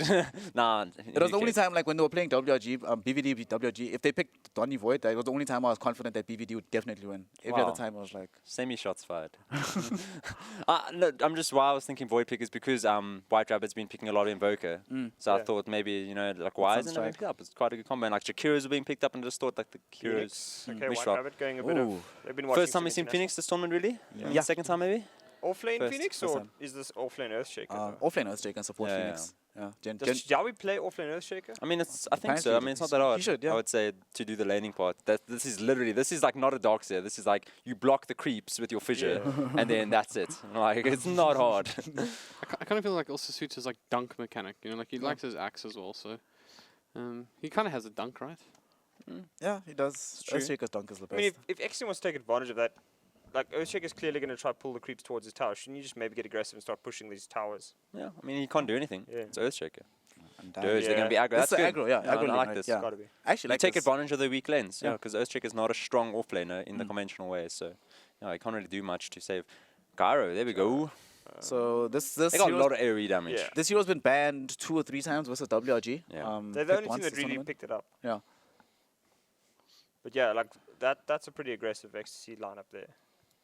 So Jaro Razor, as I think White Rabbit's Jaro- trying to respond to the aggression with their own aggression. Yeah. Just albeit it's a bit weaker heroes, like HP wise, but Isn't Jaro really bad versus Razor? Don't you just get constantly unstable currented Yeah. and then all your damage stolen forever? Yeah. but I think No, like Gyro's level like- 1 or 2, it's okay. Didn't Like, they increase Gyro's move speed this last patch? yeah, he's by pretty like fast. 5 or He's something? a fast man. He's pretty tall, like And- 320 or something. Yeah, It's and pretty quick. Yasha has also been increased or decreased in price. He was one of the few heroes that actually picked But it I think up he'll just be regularly. barraging anyway, so like they'll try and kill him with the damage they have in the spells.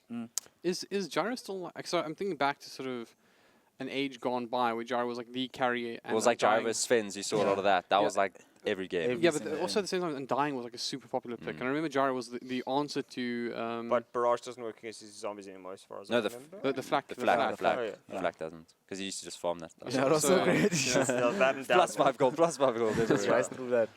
I do think Undying is one of the games where you Nice. can actually Oh, have a yeah. great game. This is really good. I Like, like this the game XCC is like fight. setting up to be like a slugfest. Yes. Like this is gonna be really cool to watch. I think A lot of big AoE stuns, Yeah. like lots of lots of early immigration. lots from of both shiny teams. lights this game. It's gonna be great. Definitely. I mean, I kind of like that, right? I don't think we see enough Dota these days with just big wombo combos trying to smash. Like Energy's the only team that does it, right? Yeah. Yeah, it's like you just there's something fun about two teams with like these big wombo combos trying to like smash their faces against one Yeah. another, see which Yeah. head breaks. You know. It is really great. I'd like to see maybe troll mid for XCC. They need for WRG, they need a way to deal with this Tombstone. But XTC as well, they need a way to deal with Phoenix Egg, right? Like, if they So get Troll caught just inside right became the now. most important pick in the world. Are they going to do Naga, guys? Yeah. Guys. No, they... Guys. It's Are not, they going to do Naga? Naga's not going to fit either of these teams. Guys. it's not a- I mean, if I may, it does give you a fantastic disengage. I think it'll be too greedy with Earthshaker. Yeah. Yeah, I think it's too greedy. But I'm saying this and it goes. and the Spirit. So they go for TA. So, it's definitely like hero. Tuck, what about Puck here? Puck. Puck could actually work, actually, yeah. Like, if you get Puck, you pretty much guarantee all the time that you're going to have a Phoenix Egg that goes off, right? Yeah. So, They yeah. are missing kind of a front line here. Like, they have nothing to run in front, except Garu. What is their front line here? DK? No. Earthshaker can Any- buy Halberd, get some health on himself. What's DK like in mid lane late. versus TA at the moment? Not even sure. Bad. I don't play either of the heroes. It's quite Like, amazing. it's- The problem is, yeah, DK against Razor is just like feed him They need a damage. front Also, liner. isn't DK always the same thing? It's just like a hero that doesn't lose Troll, but bruh. doesn't win either, Troll, really. Troll. Like, I don't know if Foster plays Troll. Does he? I've never seen him. I don't know. Is it hard to play Troll? That's a I really don't know. easy I don't hero even to play Troll. I don't know. Yeah. It's not hard to play Troll. I think they just need a hero to run in front because the moment they got nothing to protect themselves against the Dirge and the TAs and the Rays and the Sand Kings, they can all be. It's like, yeah. Like, long team fights seems to be a problem right now for WRG. They don't also have a mech character. Like, Phoenix can buy a mech, but it's going to come They're too just late, soft. I think. Are they going to survive the nuke? Yeah. Maybe you go Viper mid. Like, and pick up the... Yeah, you go Viper mid, you probably buy a mech. You can destroy TA by yourself, right? In the fight, you can just R on the Razor. Doesn't do The anything. problem is Razor can just link Bristle you. back? Mid? No, Bristle? they banned it. I No, was they thinking banned that Bristle. earlier, but they banned it. Okay. Bristleback was 4th ban. Snare was in my way. Yeah, I didn't see the ban. Come on. They got 10 seconds left. They also trying to Storm, think of it. maybe. Not that much lockdown for that hero, but... No. Oh, my God. Damn really? it! Boys! I called it. And I was hoping I'd be wrong. This is so terrible. This is... It's so greedy. It's like is this is fantastic. greedy. This is greedier than what they So were last you know night. what? You know what? This has been one of my favorite tournaments I've ever been involved with because we have seen I all was this hoping Naga it Siren. wasn't. Ah, yes. I figured like I think they were thinking like, what if our carry has a hard time? We need like a backup. And then I was like, please don't think of you Naga. need a solid disengage for this team fight. It's a fantastic pick. Enjoy it. Get me And, out of this I game. can guarantee that amongst all of our audience, everyone is happy except for our panelists. How are our casters feeling though? How happy are you guys that Naga Siren got No, Devin.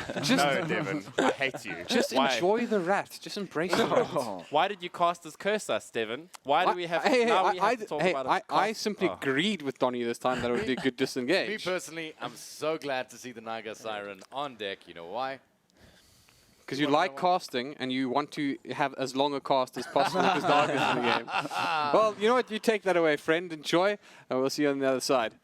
Well, that's the way this cookie crumbled. What do we think of the Dirge, though? There's a little bit of a problem with Dirge into Earthshaker, isn't there? Yeah, I mean the Echo Slam. Obviously, the Echo Slam picks up the zombies if you want to. So if you can get a good position in that, it's going to be a massive Echo Slam. But these two teams want to fight up until the point that WOG picked a Naga Siren. I thought this was going to be a bit of an old-fashioned fisticuffs between the two teams. But now with that extremely greedy pick in the Naga Siren, they have a beautiful disengage coming out the side of WOG, and it's pretty a good answer to what XTC have to bring to the table. Yeah. Well, the one thing that perhaps they may have missed is Naga Siren maybe going to seriously old-school support. Doesn't look like it. I mean, it's being played by Castaway, which is the mid player, but was that an option for them? Shunting Earthshaker into a more core role? The Earthshaker is core, if I'm not mistaken. Shadawi Shadawi, is going to yes. be playing in that off lane role. So I mean, they could have if they really wanted to, but it looks like bottom lane Santo here might be in a little bit of trouble. Yeah, he's caught on the wrong side of a smoke rotation from the side of XTC.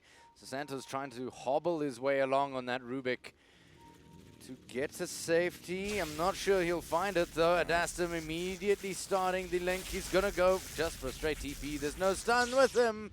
And Doom Bunny is just not there in time. He had to sell an item to buy that TP. I'm not exactly sure what he sold in that little instance. I didn't quite catch it, but good thinking from Santo just to be able to take that. And he's riding his stick while he's at it. Right, so without any further ado, as the horn's about to sound, Adastum playing for XTC has stolen the bounty rune. He's going to head it towards that safe lane in all likelihood.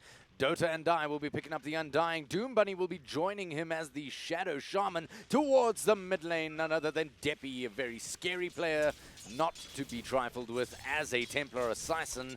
And last but surely not least, Skynet on his Sand King.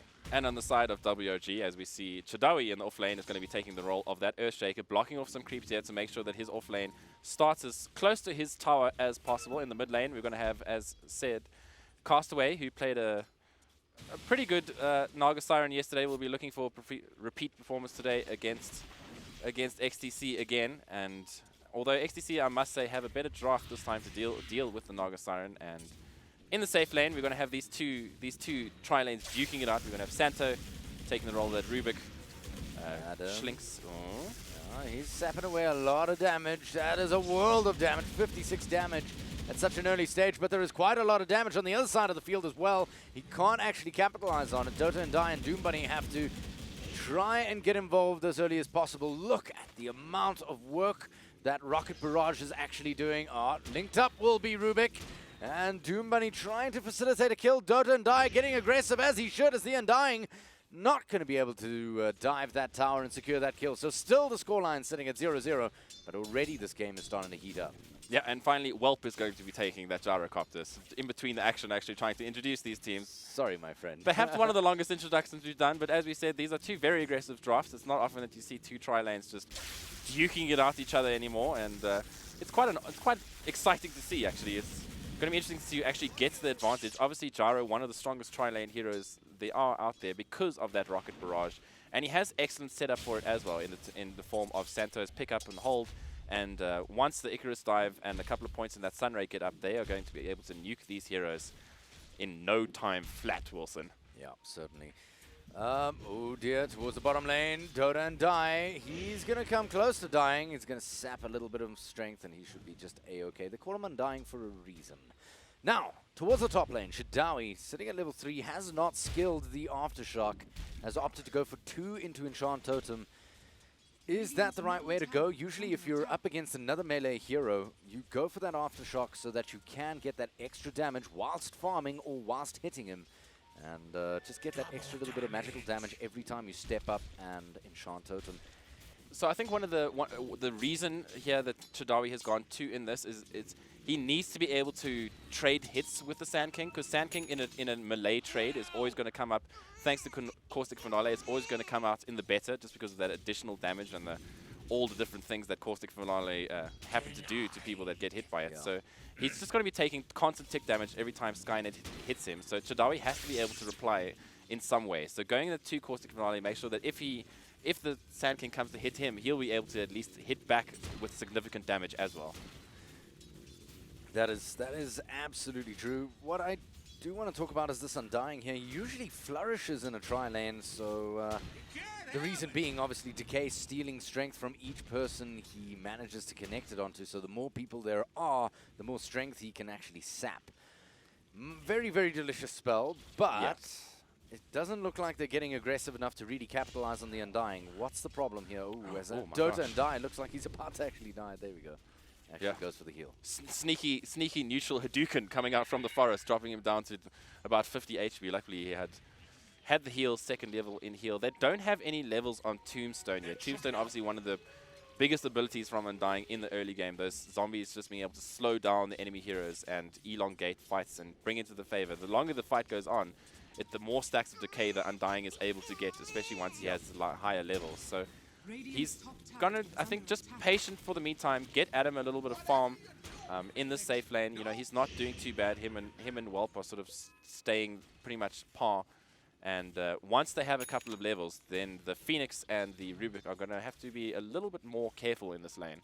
Yep, so Dota and Die going for that creep pull. It's not really gonna achieve all that much.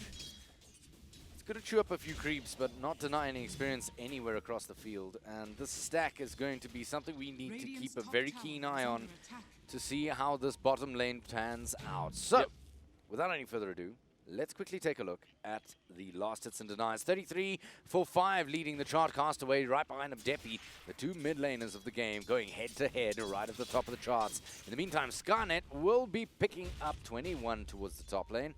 Right behind him, Chadawi on the top lane. yeah, I mean, they're trading farm. There's a lot of action going in this bottom lane. We might finally see a first blood. Well, getting his damage stolen, but... he is healed up, though. Let's see if Adastum has the speed. He doesn't. He does also start to cook away from the Phoenix there. But, wow. They're really working hard to keep things at 0-0 at this point. 5 minutes 30, and here we thought this was going to be a really fighty kind of match. Well, there definitely has been a lot of fighting, just nothing more sort of that polite 1900 sort of fisticuffs going on. Two people politely punching each other and then saying, let's call it a draw. Let's call it a draw. Let's call it a draw. And then we'll sort of Monty Python reference and just slowly move away from each other. But perhaps, you know, once I think one of these top lane heroes is going to get 6, the first rotation maybe from the Sand King into that bottom lane, or even the Earthshake into the bottom lane, might be what they need to actually be able to get this kill. So I expect things to be fairly slow here until we see our first rotation come out. But this has, you know, this tri-lane does do other things around the map. Sorry.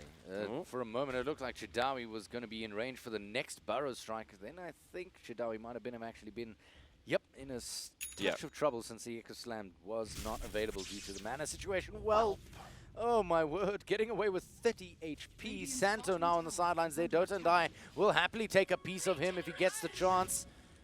Going to go for a hit and nothing else, as he doesn't have the mana to really spam out decays. Oh, Schlinks comes back on in, and that's going to be your first blood. Doom Bunny, the first man down. Oh, wow. And Adastam getting a kill almost milliseconds after that in the form of in the form of Schlinks. So just not being able to get the first blood XTC, as they aren't going to be able to do much here. It must be said, though, that they have been putting good pressure onto this tower.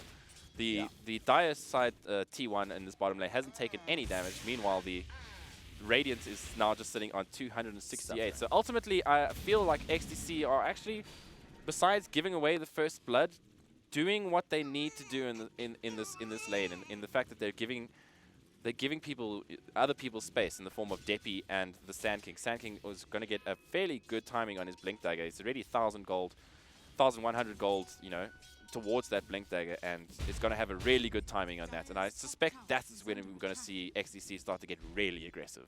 Is Shidawi in a spot of trouble here? That's the question. He's guarded out by Skynet, not afraid. Map should be... Oh, the Echo Slam is decent. He doesn't care, but Doom Bunny's here to save the day. And Shidawi's going to have to be content with running away from that and keeping his life intact. The Echo Slam down for quite some time. That was a nice little bait.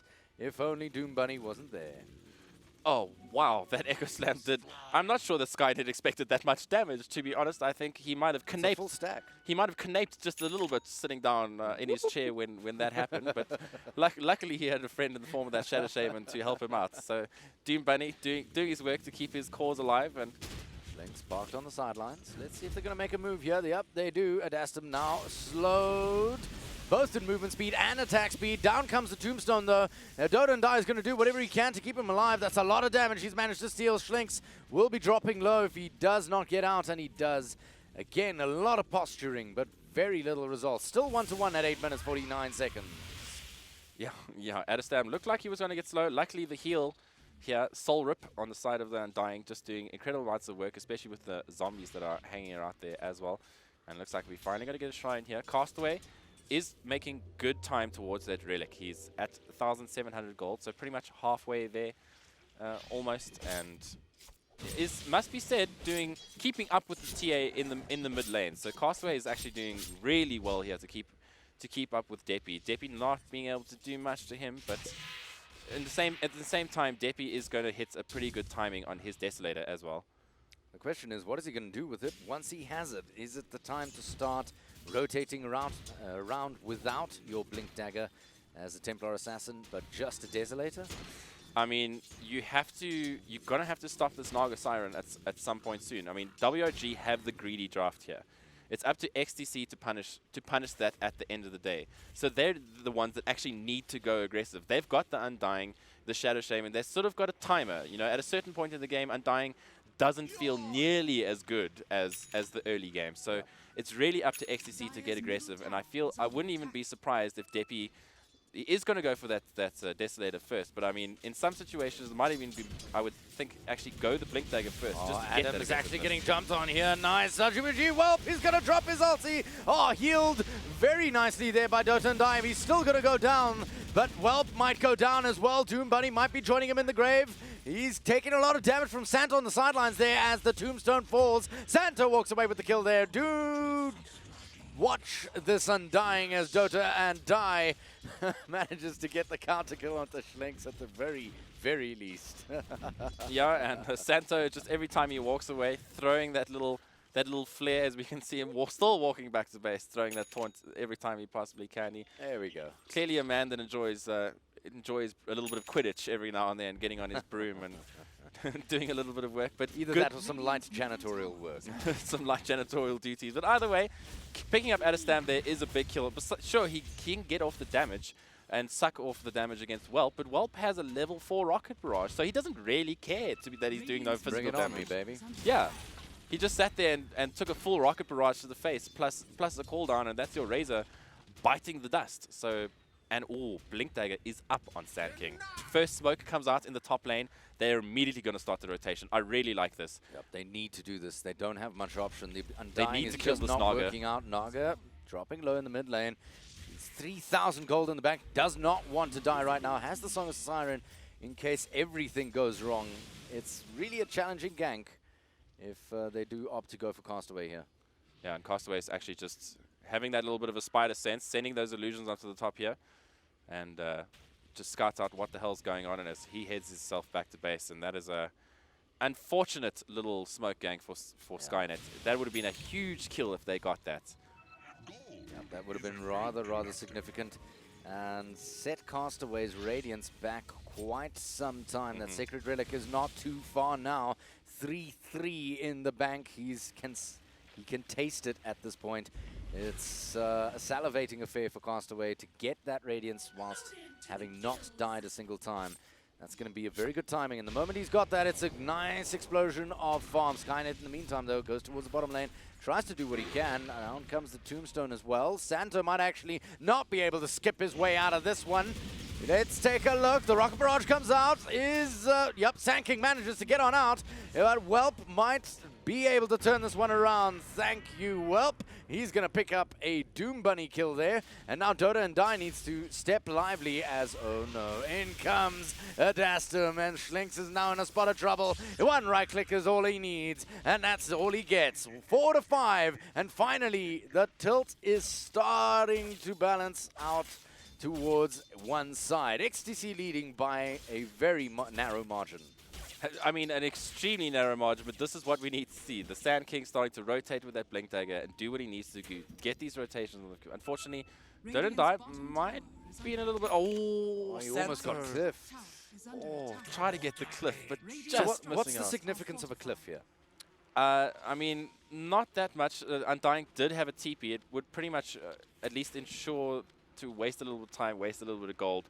Would have forced Dota and Die to TP back and at least have, I suppose, that TP. Assuming he cooldown. didn't have a TP, what's the significance of getting cliffed? The significance of getting cliffed is the fact that you're pretty much stuck there, right? You have to. The only way to get out is either someone have a force staff to be able to get you onto that low ground, having a Blink Dagger yourself, or having the TP scroll to then TP to a point of safety. So Undying, lucky in that instance that everything happens to clan. We've seen some cliffs where people don't have a TP and they just end up sitting there for a good 4 or 5 minutes because a support player will just sit and wait for the courier to try and bring that TP out and get it killed, and that often and turns then- into a difficult situation. Yeah, well, it's taking out of the game for 5 minutes. Huge Echo Slam coming out of... Nice. But Yes. DP manages to get the Aegis.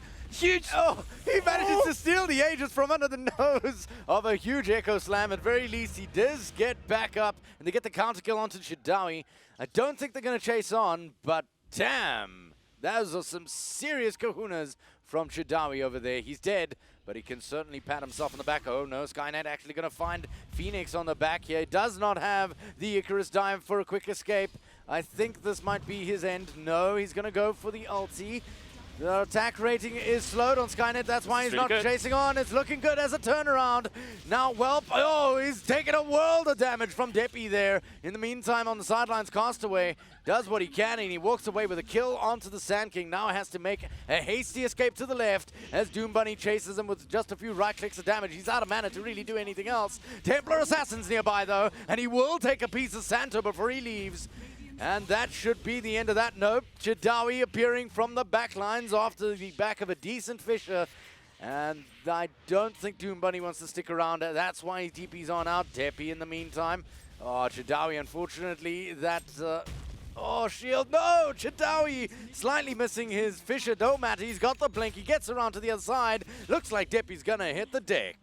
Oh, wow. Good little play coming out from WOG. Chidawi playing with his life there, ending on just 100 XP. And taking down Deppy is a big kill there because now your Naga Siren has a 16-minute radiance. That means refraction charges are going to be worth less when fighting against the Naga Siren and his illusions. It's going to be disabling Blink Daggers from the Sand King and the Shadow Shaman if they should ever get it up. This is the beginning of Problem Town for XTC. Most assuredly. Well, let's just take a moment of silence for this Earthshaker. His sacrifices have been many, but damn, this guy can play Earthshaker. Holy hell, Chidawi, it's a pleasure casting you playing one of my favorites out there.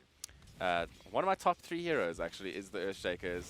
It's one of my favorite heroes of all time, ever since the birth of Dota 1. So, fantastic to see this hero being played, and being played one. Almost missed his... made a little bit of a mistake on his Fisher, but luckily he had the Blink Dagger and a Phoenix to just ride over that and be able to get the kill on Deppy. So it must be said that they don't have the best illusion clear on the side of XTC. They do have the Razor spam and the Doom Bunny spam, but other than that, it's not the best. So once the Naga gets really tanky, it gets the Octarine Core Manta style up, they're going to have to struggle to take down these illusions, but at the very least he can suck damage from an illusion. Oh, towards the top, a huge Echo Slam coming down. He's going to kill Adasta before he has the chance to do anything. Castaway in the meantime in the front lines kills Deppy, who was locked down, and that's going to wreck the hopes of XTC of taking this tower. Rooted will be the Sand King. Dead will be the Sand King. And in fact, the entire team of XTC are now communing with their spirit gods. So grouping up for Echo Slam turns out to be... a terrible idea. Turns out to be a terrible idea, Wilson. That's exactly it. 3 people grouped here. This just allowed Chidawi to... again, dead. But go ham. Proudly. Yeah. He solo killed a carry. That's fine. He's an Earthshaker. If you're killing a Razor with your spell combination, that's money in the bank. That's you'd be perfectly happy with what just happened. You're just giving your Naga Siren even more gold. Yep, certainly. So Deppy immediately teeping in, and suddenly his refraction charges have disappeared. Look at that placement of the Fire Spirits from Schlenks. He just knows exactly where to click and exactly how long it's going to take to get there. So I'm not sure that XTC are going to have enough in the bank here. Undying, we're starting to see his fall-off time looming very closely at approximately 20 minutes. And it's now 18:37. He's going to start tapering off. He is building into that utility build, picking up that mechanism for his team. That is really the only option left for this Undying, as the aggressive blade mail and push strat isn't really going to work out for this particular game on this particular Undying. Yeah, and it looks like XTC are just trying to get as much map control as possible here.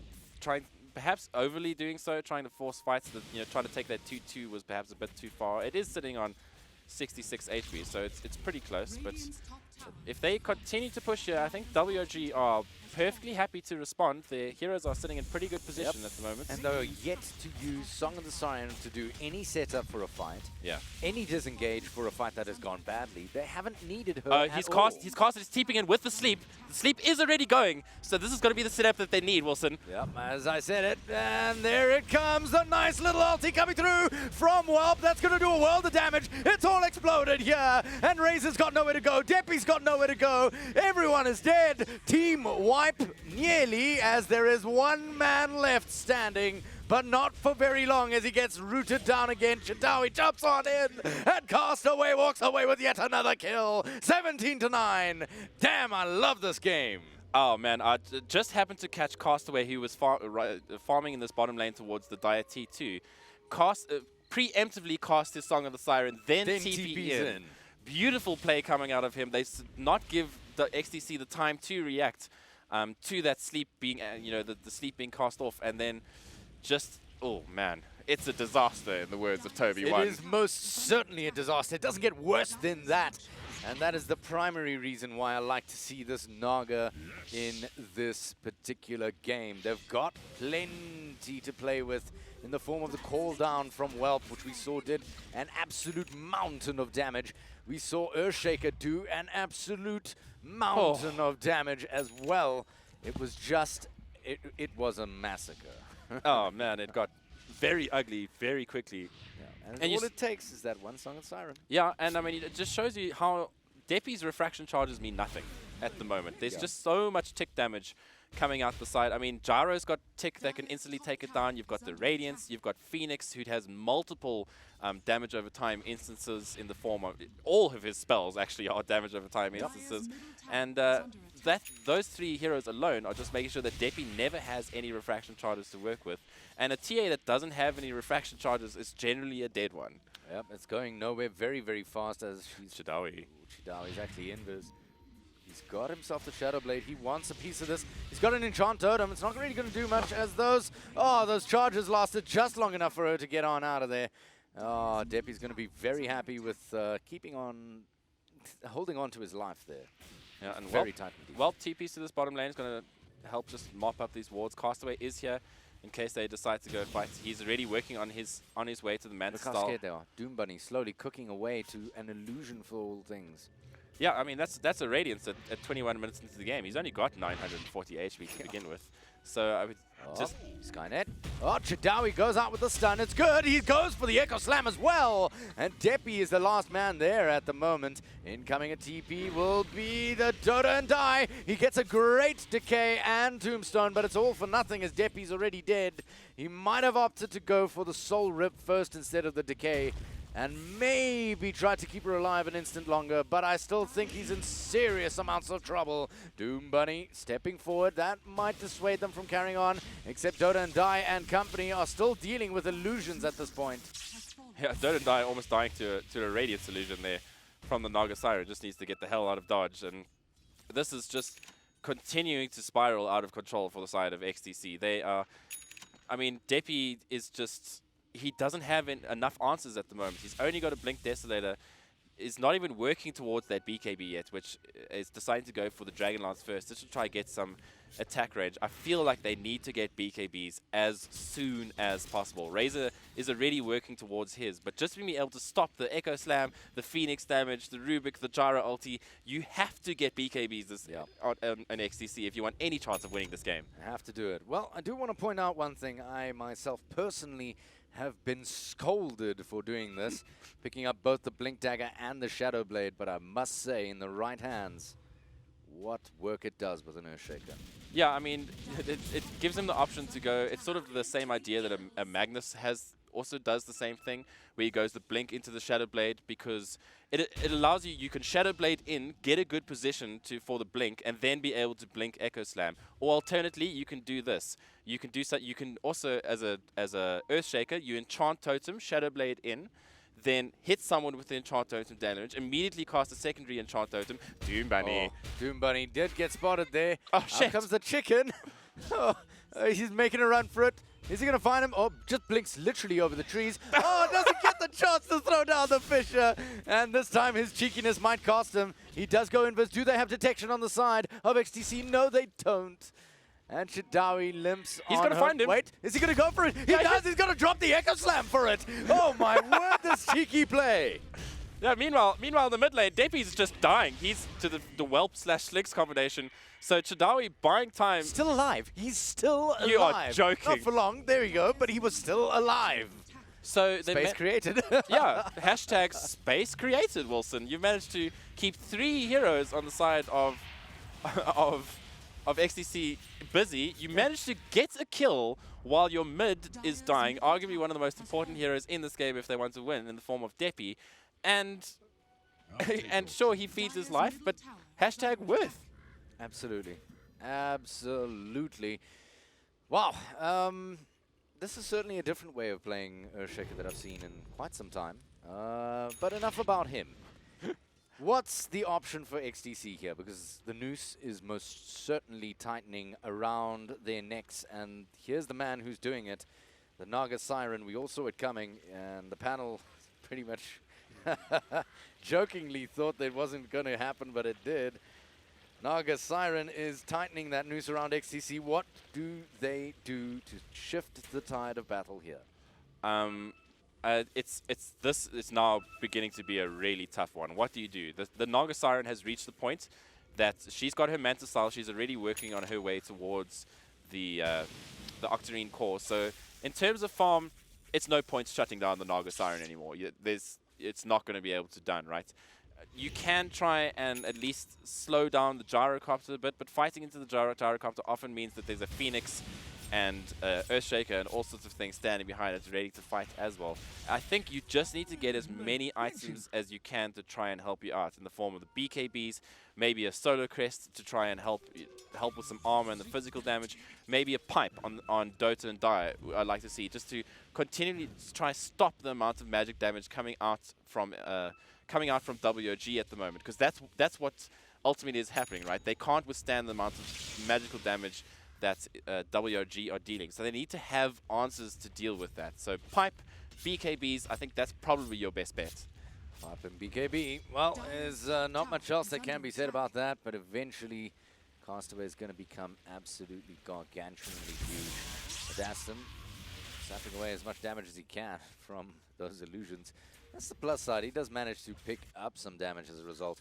But take a look at the setup here. Chidawi's ready. He wants to go in. He's got the Enchant Totem ready. Oh no, they go to the, oh my word, Santo very quick on the sideline there. Chidawi in the meantime kills down Doom Bunny before he gets a chance to do much of anything. Deppy getting stunned up. There's your Echo Slam. It's only 2 of them, but it's good enough to keep them busy for Santa to go on in. Getting counter stunned. He will be going down, but Chidawi will be taking down Deppy before he gets a chance to do much of anything else. Now it goes down. Skynet on his Sand King. Next guy up for grabs is going to be Adastum, who's cooking away at a rate of knots. Is he going to survive? No, and Castaway comes on in with that final ticket damage from the Radiance. What the hell? Did the game just stop there for a second? It was the Castaway sleep that just, he came in. Beautiful TP boots usage by Castaway to get into his fights and help his team out when they needed. The net there on Deppy proving to be absolutely crucial. Once again, just beautiful play. I'm not sure that I'm a big fan of the Battle Fury on Earthshaker, which is what he's got queued up, but it must be said that Chidawi's had a fantastic game so far. I think he's just having fun at this stage. Yeah, I mean, this game, it's 18,000 gold in favor of WOG, so they are so far ahead. Almost, that's about 800 net worth a minute or so. Yeah. Does one strange question, maybe the rationale around the Battle Fury for Chidawi here has got to do with, I mean, apart from the fact that they're just easily taking racks here, and there's your GG, but was the rationale maybe for the shield from Deppy? Maybe. I mean, I think it was just a luxury item at this point. They were so far ahead. He had all the items that he needed in the Shadow Blade and the Blink Dagger. Yeah. So, you know, at this point, just go whatever makes you happy, really. I mean, this Naga Siren pretty much had this game in the bag. She was absolutely massive. XTC did absolutely nothing to shut down, and that's one of the problems that you have with the aggressive tri-lane, right? Is that you had to have both your supports in that lane at all times, trying to keep Adam safe. You could at no point allow Adam to be alone in that tri-lane, right? Because he was going to be instantly killed. But as a result, your supports weren't free to roam the other lanes. You couldn't have your Undying Shadow Shaman try gank Castaway in the mid, because then they left Adam. So you had this tri-lane on tri-lane situation, and as a result, Castaway, sure, Deppy got free farm, but Castaway got absolute free farm as well. And yeah, that's certainly a problem, and it does reflect in their GPM, taking a look at the stats here. Yeah. Now, was there something XTC could have done differently? I mean, they had the right heroes for early game aggression in the form of the Undying. and plenty of minus armor for pushing in forms of Deppy's Templar Assassin. But do you think the Templar Assassin just had no place here? I mean, it's not that the. I think they could have done better in the early game. If they'd sent Adestam to go into the safe lane against the Earthshaker, right? That's not a matchup that the Earthshaker wins, right? That immediately gets your safe lane more farm than he would have gotten in that off lane. It also frees up your supports to either go aggressive in the off lane, sure, or they can at least help get some maybe kills in the off lane, or at least help out your mid lane player a little bit. Make sure that TA gets the early game that he needs.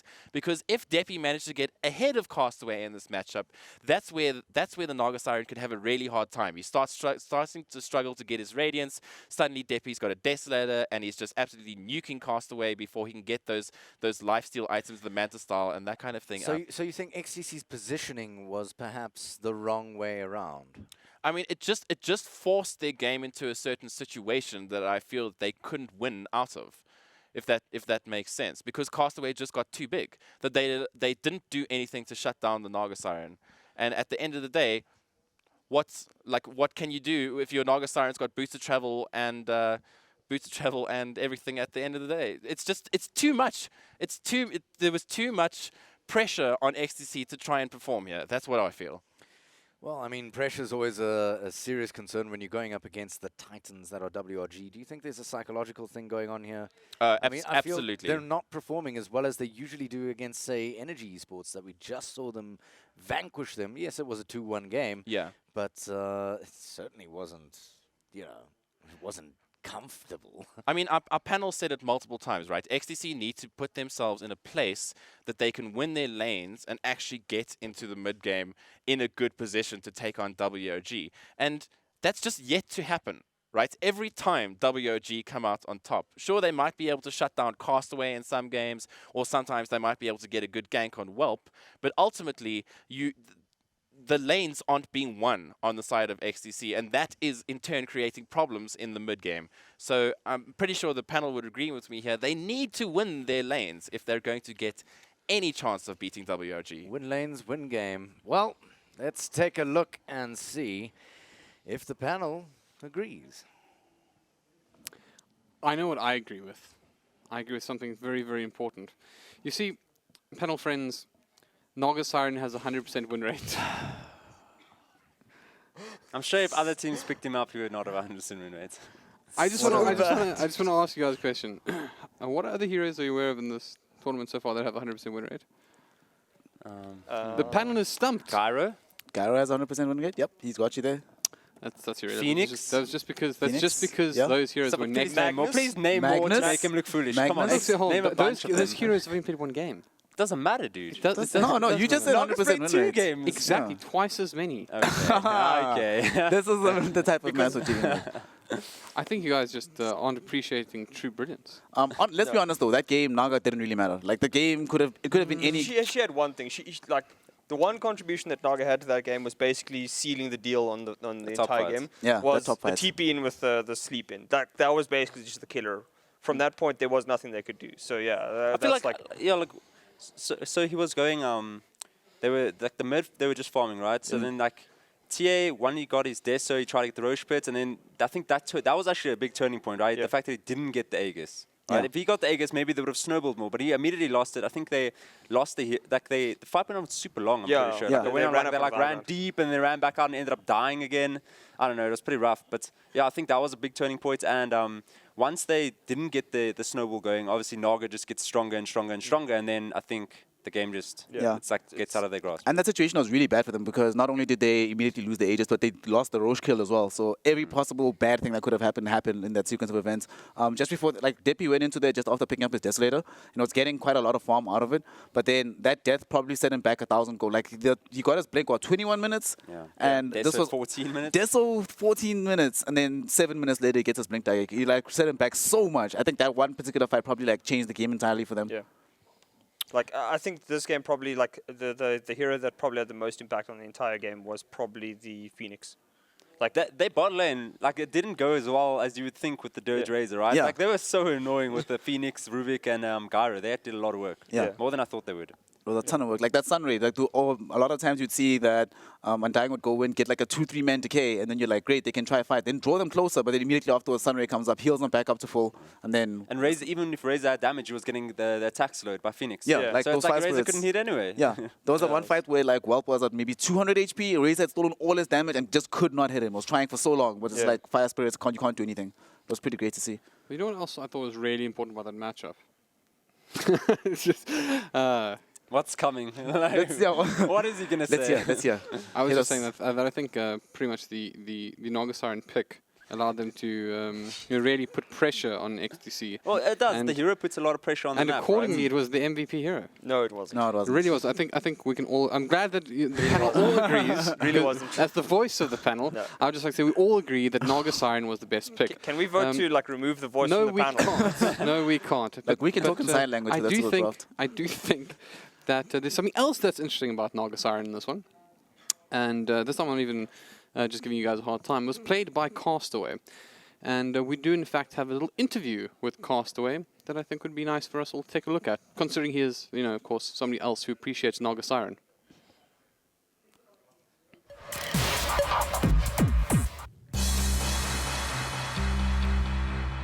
The best Dota player in South Africa, sadly, I'd have to say it's Whelp. I think he plays very well, and his understanding of the game is very good. My top 3 heroes currently will probably be Invoker, I don't know, Queen of Pain, probably Alchemist. If I could remove a hero from the hero pool, it'd definitely be Monkey King, because once hero gets Basher, you lose the game. Who do I think is going to win the Mega 8 Dota Cup? I think it's going to be us. I think we still at that point where we're very confident with our playstyle. I think we'll take it. I'm Travis Caster Waters. I play for White Rabbit Gaming from Cape Town, and I play solo mid. Interesting, he shares your opinion as well about, we've seen this before, but he shares your opinion about Whelp. Yeah. So, I mean... A lot of the top players do, I think, if you just ask them. Whelp has been playing really well in this series, actually. His Terror Blade completely dominated Game 1. And even in Game 2, like that aggressive tri-lane, like sure, the Phoenix did a lot, right? But Whelp's positioning, just in terms of how, when and where to use the Rocket Barrage, when and where to actually use Flag Cannon was like super good. There would be times when like Razor would run into him and he wouldn't apply the Rocket Barrage, knowing for a fact that if he does, he gets slowed up by the unstable current, dies. But he'd wait until he gets just underneath the tier 1 tower, gets the bonus 2 and then puts on the Rocket Barrage. Suddenly Razor, much worse position. It was really nice to see. So I think Whelp is, definitely. Chidawi also, I think, played quite... Chidawi played very well that game. He Yeah. did create a lot of space. As you saw, okay, he went like Shadow Blade, it's like normal build, but then the Battlefield was obviously a bit of a meme. But like, I feel like what he was doing was like the one fight mid when they were pushing, Depi was in the tower. They saw Earthshaker on the top of the hill, and 3 of the heroes ran after him. And he ended up killing one of them. He ended up dying, but then Depi was just left alone, and they just ended up killing him. So I feel like the amount of space created in that game was quite a lot, actually. Yeah, there was the fight bot lane where like Also against the same like thing. another 3 heroes Oh my goodness. just running around him for about a minute. While He they didn't have to lose die Depi in there. mid- Yeah. He didn't have to even die there. Like, Nope. he just did it because he wanted to get a kill. Like, he died because he wanted to. Like, he was just like, I'm going to waste their time all the way. And they committed Tombstone to do it, so he knew that if anybody TP'd afterwards, like, no ensuing fight could ever happen for XTC either. So Chidawi was just like, created so much space. it's interesting. So we've kind of spoken a lot about the WG players over the course of this tournament, but and you're going to love this question. You guys are going to hate it. Is there anybody we feel has underperformed on WG? On WRG, maybe Schlinks. Like, he hasn't looked as... there were times in the past couple of months, right, where there'd be games where Schlinks would just like, okay, like WG would look kind of shaky, but Schlinks would be the solidifying statement. but he is like POS 5, right? It's Yeah, he like, is POS 5, it's so it's hard difficult to to do. look And the heroes great on POS 5. And the heroes he's been given like a lot of lich and stuff Some like of the that. Tuskar, he missed a bit of few shards, but I mean, and he played Lich. I mean, come on. Yeah, like, Traditionally South African hero. What's wrong with that? Have you seen lich? I mean, he played well that Phoenix game, right? He did play. Yeah, He played really well. I think he that played really Phoenix well. game, yeah. So they are, he may have been underperforming, but like not really, just like less flashy than he usually is because of these heroes being picked. But I think he's been playing well. No one at WG Hasn't played stands bad. out as an underperformer. Yeah. Maybe Whelp in the beginning, but Yeah. was Whelp can do whatever he wants. Whelp in the finals at the moment, I think, is probably the best player overall for White Rabbit Gaming, just like the consistency that he's been providing. But like that game, clearly, I think MVP on the Phoenix there. So I mean, Schlinks might have been quiet till now, but Yeah. Shows you the skill That that they have tri right lane, across the the tri lineup. lane was MVP. Like they Yeah. played well together. Let's be real. Like Yeah. they did. Try and not the Naga, you say. No, it's not No, bad. Okay, nothing. just double checking. Synergy and experience coming through for them. They've been a team for long. So hopefully in this next draft that's coming up any second, we'll get to enjoy yet another Naga pick. I'm sure my panelists will be enthralled by it and ecstatic to see it come out. But let's talk about one thing before we even go through this draft. XTC have to do something that no other team has done for quite some time.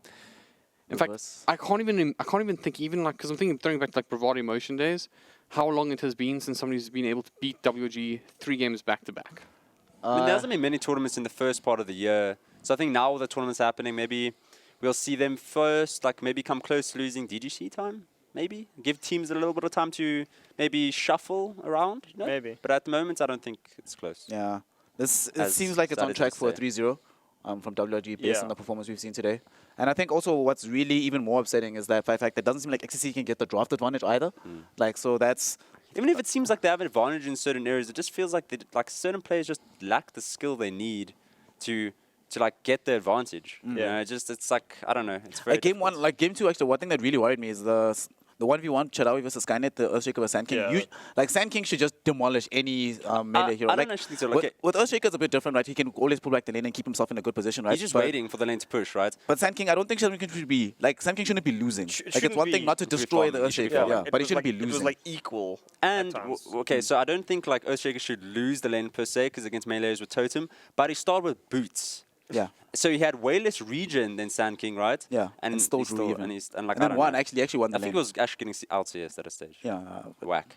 Just wacky things. So Right, well, Lich- let's go back into this game. I think we're still stuck in the analysis here, but we do have the bans and first couple of picks coming through. So Abaddon, Shadow Shaman, Treant Protector, and Keeper of the Light banned out. Oldest and combo in Dota. yeah, Lich picked up by XTC, and the response being Bane Mirana, lads. So the SA Classic versus Bane Mirana. So Bane is a really good hero, right? Mirana, I don't know, it seems middling.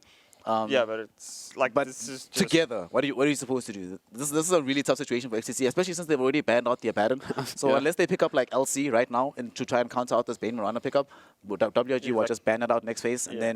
and then what? Then you're always gonna die from this. Yeah. What do we think about this Lich first pick, though? It seems a little- Gross. It is. What is It so is like one of the gross. worst picks you could make. Like Bane pickup also gross. These Bane people are is just picking pretty gross gross. heroes. I don't know what's going on. You should probably pick Razor, like XTC. I mean, just pick Viper, pick Raze, Yeah. pick Naga. Let's just go all in. I mean, if we're going to pick up Viper and we're going all in, you know where my vote is. Yeah, maybe they're just trying to make a strong dueling for Skarner because he's hasn't been having the best of times. So they want to maybe give him an easier time, maybe get strong Rexar. Beastmaster. What? We haven't seen that at all. Like At all. And you give me like At not all. predicting picks. I mean, come the hell on. Wow, Beastmaster, right. I actually think Beastmaster's a little bit better 706 than he was in 705, but Yeah, but a little bit better than bad is still bad. like there's some situations where the hero's okay. You've got BKB piercing disable. You can actually push down towers A by lot of yourself. vision with the Hawk. Yeah, a lot of vision control. It's also one of those heroes that you can leave like entirely alone with no help up against like tri-lane heroes and can still Yeah. do relatively okay. So there's some reasons to pick the hero, and with Lich now as well, it makes it a lot easier in the offlane for him. Maybe it's a Skarnet. I think Skarnet used to play Yeah, this he used to hero a play lot this a lot, actually. yeah. So it's probably a comfort hero. Maybe they're like Skarnet. You haven't been doing your part. I Let's know what the give you a plan hero." is. So if you summon the boar, right, and then you get slept for the Mirana combo, right, you use the boar to block the arrow. Like, seems legit. This is Or the even plan. wake people up. Yeah, That's also true. Yeah, No, I think you you're can right. do that A lot with of an admin. summons. yeah. By the way, I mean, just talking about ways to deal with that, and something that's probably also quite reasonable is the lifestealer, because you can just enrage and walk in front of the arrow. No, you can. That's true. Like, Build Yeah, like but build the but Lincolns you and don't run want to around have a there, life guys. stealer against a Bane, though. against- Fair comment. Yeah. Does Lincoln's block arrow? No, it doesn't. No, Oh, it doesn't. guys. It does not, sadly. That blocks the damage. No, that blocks nothing. Does It's not. not a targeted No, spell, you man. just- Not targeted. Donny? Used to. Donny? Guys, I feel like I'm in the stone age of Dota. Like, let's be real. buy Lincoln, and you just get stunned. You're like, why did I buy Like, this I feel like if I don't play against these heroes enough, I just forget what they do. Like, Right. Well, suck. yeah, let's give the bans. So it's a because, mid bottom, well, or what do you guys support think? bottom, maybe. Support bottom. Yeah, I think I'm fine with support bottom. Yeah. Can move around the map a lot. Also, it's one of those heroes. You have the support bottom. You can just park him mid. Just like shoot off arrows. If you get countered, whatever, you just leap away. Don't really care too much. like OG's been doing the mid bottom, right? And I feel like, Yeah. what do you call it? WRG copies OG a lot with Dross. If you've noticed, they pick a lot of Nog. I mean, that's what No Tail and them do. So I Naga, feel like Terrorblades. they might do Anna played at middle. Maybe they do it. But Maybe Anna lost though. Yeah, but maybe Costa is like, I'm better than Anna. Yeah, it's possible. And it doesn't It's tend possible. to win, and it doesn't tend to win mid lane. Wow, Adestam Gyrocopter, that is old That's school some stuff. classics. So now actually XSC are shoring up their team fight, right? So then I have Beastmaster, Lich, Gyro. Like there's a lot of spells that bounce But around. what are they doing against Slark though? That's kind of okay against Like Slok it's, early on. it's decent-ish. Like as long as you're not taking all the damage underneath the ultimate, the Shadow Dance, Yeah. then you can still counter him around with the Rocket Barrage. AoE damage is good against Slok. AoE spell damage. And you can actually hit this hero with Flag Cannon while you're focusing someone else. You don't have to like be in his face. True. Oh, Instead. yes. So my that's the mid gosh, hero. That's the mid, yeah. That's really cool, Are though. we gonna see What?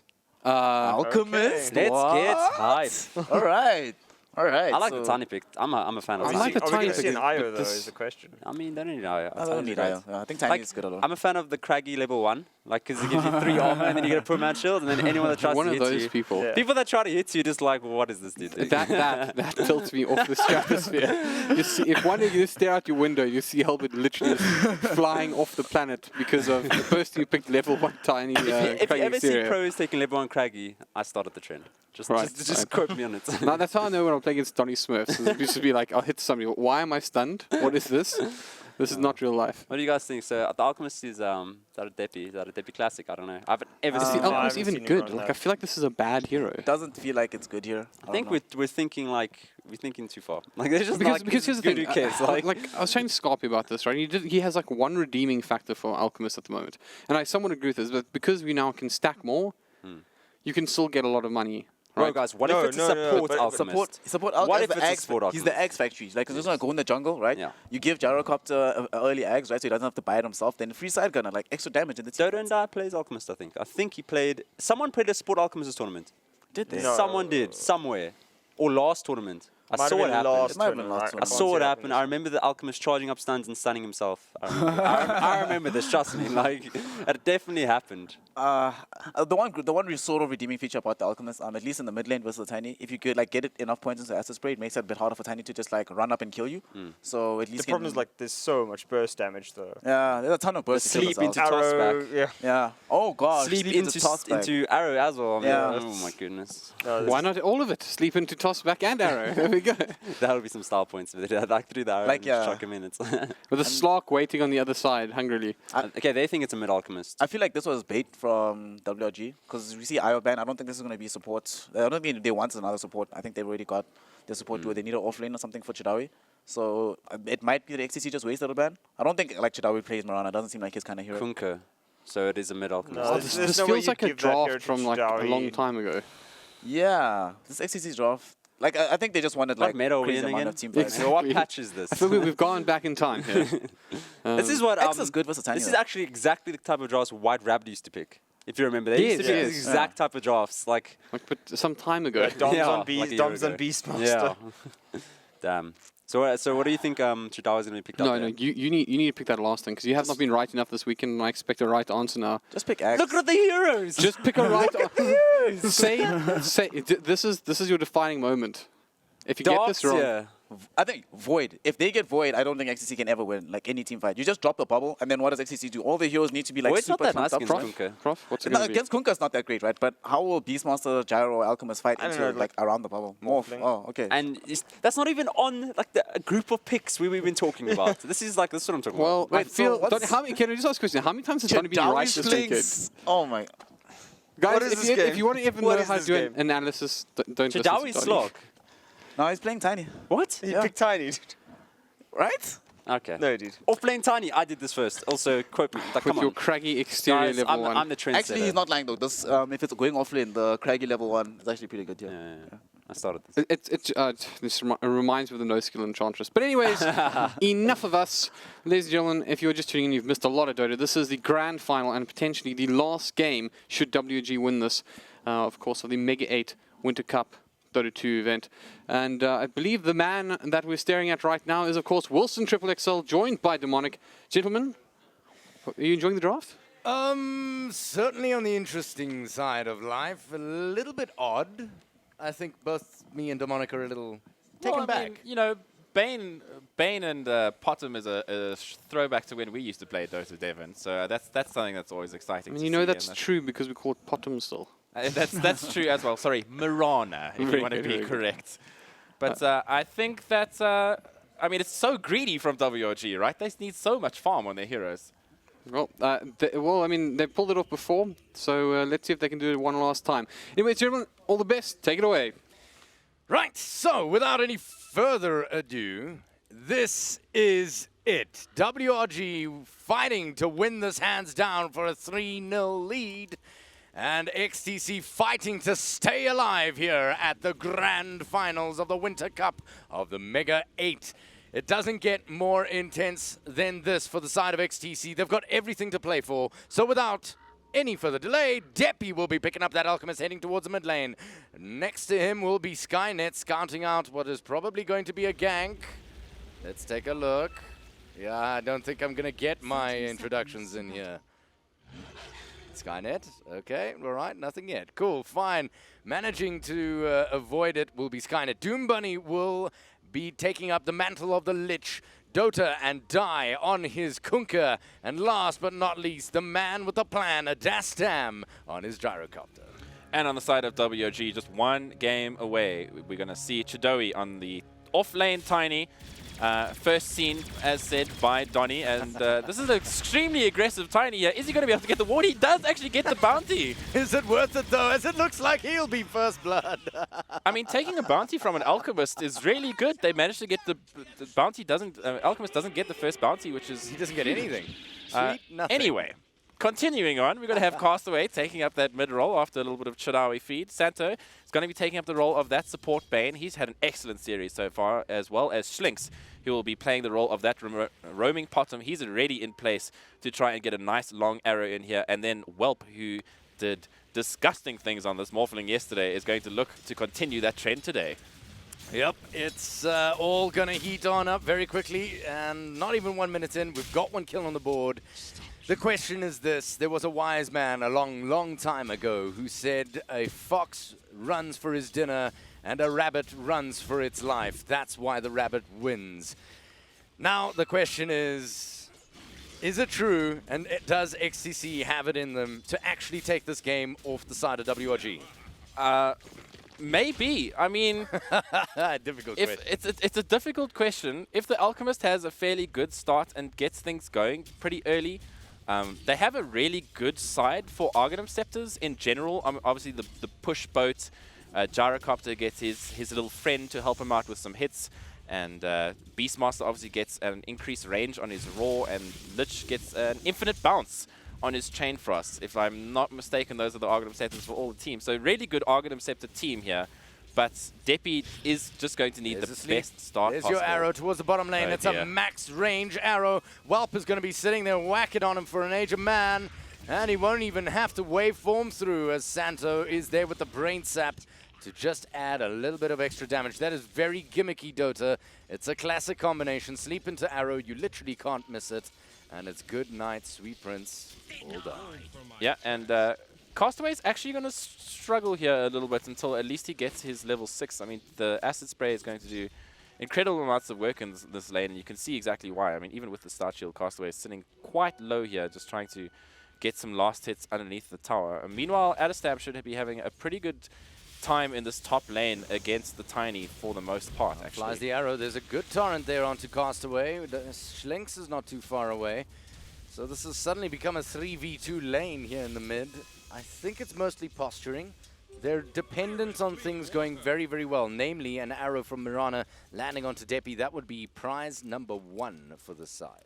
Oh, yeah. I mean, they do have... I mean, Castaway has quite a lot of burst to be able to deal with Deppy once he gets his levels up. So and he is invis. He's going for the X. It's good. He's got the torrent. It's good as well, but not quite good enough, as the Castaway managed to sneak his way out of it, knowing that it was well on its way, thanks to that Dark Pact. Yeah, and does actually pick up his bottle here, throws out some charges, immediately sends it back to base. So going to be bottle crowing, and good move from him just to be able to get his life back in this lane and keep in this lane to get that level 6 as soon as possible. As we see a pause come out here as Skynet disconnects. Now, we've seen this before. Whelp is being left alone to his own devices yet again. Last time, he was doing it on a Terrorblade. This time, on a Morphling. Is this going to be a different result, or are we looking at a replay of Game 1? I mean, we could well see a replay of game 1 here, Wilson. Whelp shows how quickly he can not only farm on that Morphling, but once he gets that S-Blade, the entire side of XTC is going to be a target. I mean, Gyro is not a particularly tanky hero, neither is Alchemist. I mean, Beastmaster might be able to survive once he gets a couple of tanky heroes. But it must be said that they don't really have the best lockdown for the Morphling either. Sure, they have the Raw and the X, but in terms of silences, being able to stop him from actually morphing into strength and getting the kill. Oh, Chadawi in a spot of trouble. He's going to get lifted, and then the stun's going to connect him almost immediately from Adastum as well. He's going to do what he can. Oh, the toss is beautiful. Throws him out of range, and he does manage to save his own life. That toss is absolutely hilarious. One of the reasons I love this hero, the Tiny, able to toss heroes from left or right, depending on where you want him to go. Chadawi just throwing a little bit of bad manners out here with the Tango as him and Dota and Die flirt with each other in the mid lane. But this is, I would say, all in all, going pretty well. Deppy is not doing too well in CS on the mid, which is quite surprising, that the fact that Castaway is actually has the advantage here by almost 7 or 8 creeps so far. Yep, it's almost not surprising. I mean, it is Castaway we're talking about. Right behind him will be Whelp on 25-8, whilst Deppy sitting on 3rd. It is quite a sizable difference. I suppose you should expect slightly better from the acid spray spam, which has been the case here. But Castaway is just managing to make it work. He does also get a lot of sponsorship from friends. And there's less for him to hit. In the meantime, Santo, though, looks like Santo's managed to pick himself up a nice little kill towards the bottom lane. I think in all likelihood, yep, sleep, arrow, brain sap, it's all there. Yeah, they have this beautiful ward up here, aggressive ward, watching the Beastmaster sit in the jungle and do those creeps. So obviously an easy arrow coming out from them into brain sap, and that's going to be Skynet hitting the deck and going back to base. He probably hasn't really had the start that he wanted to, but he's doing okay. Sitting at level 4, does have a Quelling Blade and a Star Shield, and is very good at the bush with his bow and the Call of the Wild. So I think once he hits level 6, they're going to need to start using that Raw as quickly as possible to try get some kills in the bag. Deppy's really having a rough time here, and again, we weren't expecting it. What can they do here? I mean, Doom Bunny is coming to lane quite often, denying a lot of experience, doing everything he can with the sacrifice, but it's not enough. Castaway is still running away with this one. Yeah, I mean, Castaway is sitting actually at slightly ahead of Deppy. He's going to be able to get his level 6 now. And that just makes him increasingly hard to kill, because you can just sit in the fog, in the trees, and the little dots. Adastam actually managed to get a kill in the top lane. Santo looks like he's looking to reply. Adastam is quite low here, but Schlinks is going forward. He's a simple brain sap away. Oh, Schlinks leaps forward. He does buy the vision. Santo, is the brain sap there? Yes, it is. At last, he manages to get that counter kill. It's 3 for 2 at 6 minutes in. Yeah, and Castaway now going on a Deppy in the mid lane, trying to do what he can, is going to be able to pop that ulti and at least go off. Deppy doesn't have any points in the stun, so not going to be able to do any sort of counter engagement. Sorry, he's going to get to sleep, and Schlinks is going to help himself to an easy arrow. Chadawi's there to help himself to the kill itself, and he even drops his arcane boots while he's at it. I think that's serious bad manners, man. Yeah, he's bad mannering all over the show here, dropping things that he shouldn't be, but maybe he just feels like he's dropping it like it's hot at the moment, Wilson, on this offlane Tiny. I mean, an offlane Tiny is not a lane that you would expect the Tiny to be winning, and yet he's sitting at 19 CS. He's got a couple of kills in the bag, sitting at 1, 2, and 1. So not feeling too bad about things. I mean, Santo's the big winner here. He's got a killing spree so far. Yep, Santo on a Bane with a killing spree, and he's roaming around. He's not just sticking about. And good old Schlinks. Oh, Santo, he's going for the sleep. Is the arrow there? It's going to connect onto Kunkka first. So the stun duration is reduced. There's the X. Here's the turnaround. The rocket's going to fly. Chadawi's there. He misses his stun, though. This is a problem. And Santo drops low. Does he have enough mana? No, he doesn't. He doesn't have enough for another brain sap. They roll on in for Adastum. Adastum says, I make my last stand here. And he does make his last stand as he can no longer stand and dies. Yeah, I mean, I think he could have just run away there, but oh my gosh, this is Dota and Die. Chadawi turning around, Dota and Die in a spot of trouble. Oh, the leap is good. He misses it and, sorry, dodges it. And of course, to the victor, the spoils of war. He does manage to walk away with the kill. 229 gold for him, but there is a rocket well on its way towards him. They're going to have to shrine. Oh, my word. Oh, for a moment, I thought Chidawi actually threw Schlinks back at Gyrocopter. That would have been very bad manners. I actually think he tried, Wilson. I actually think that Chidawi tried to throw that bottom Schlinks back towards the enemy hero. Oh, it looks like Lich might actually be going down here. So Castaway getting up, picking up a DD, getting a solo kill into that top lane, and he's having a fantastic start. So is Morphling. I mean, just looking at the net worth, you can already see that... Oh my goodness, top lane. It's non-stop, boys. There it is. Chidawi picks up yet another kill. Adastum spending more time in the grave than he is doing out of it. He's now sitting at 2-3-0. This is not the way XTC saw this game going. They're not giving him any help. I mean, the Lich hasn't been up to the top lane once. Sure, he sort of had to walk over, but for the most part, the Lich has been sitting in the jungle, you know, doing some stacks, trying to work for his Alchemist, denying creeps in the mid lane. And because of that, they've just sort of left Adam here against this tri-lane. And now Santo, he's so high level. He's sitting at level 5. And Chidawi now picking up level 6. It's that this is not a safe lane for Adam to be in anymore. They could instantly kill him. And hence, he's going to head down towards the bottom lane. Sounds the charge onto absolutely nothing. Whelp is there, though. Out comes the shout from Skynet. There's not enough damage as the strength gain is absolutely huge. Whelp going for the TP out. There's no stun available. Doom Bunny not at level 6 yet, meaning that Chain Frost is not available yet. Oh, man. And in the mid lane. Mid lane, Sleep and Arrow. Castaway is there. He's going to have a field day on poor Alchemist as he just stays dead. What a nice toss is straight on to Dota and Die. And Santa's just trying to keep his eye on him. Chadawi, they've leashed him in. They've killed him in a deep, dark corner of the world.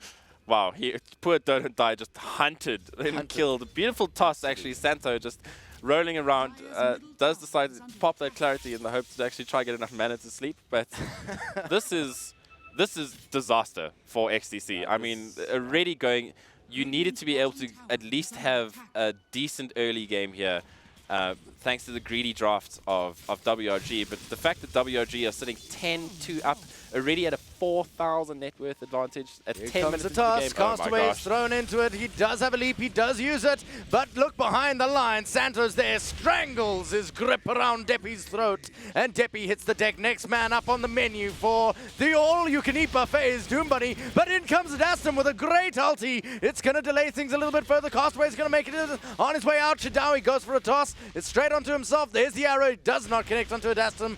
Doom Bunny, in the meantime, on the sidelines, dies to Santo, and Adastum dies to Chidawi. Chidawi now running away with this game. 4-2 and 5 is his current score, and oh, that is bad manners.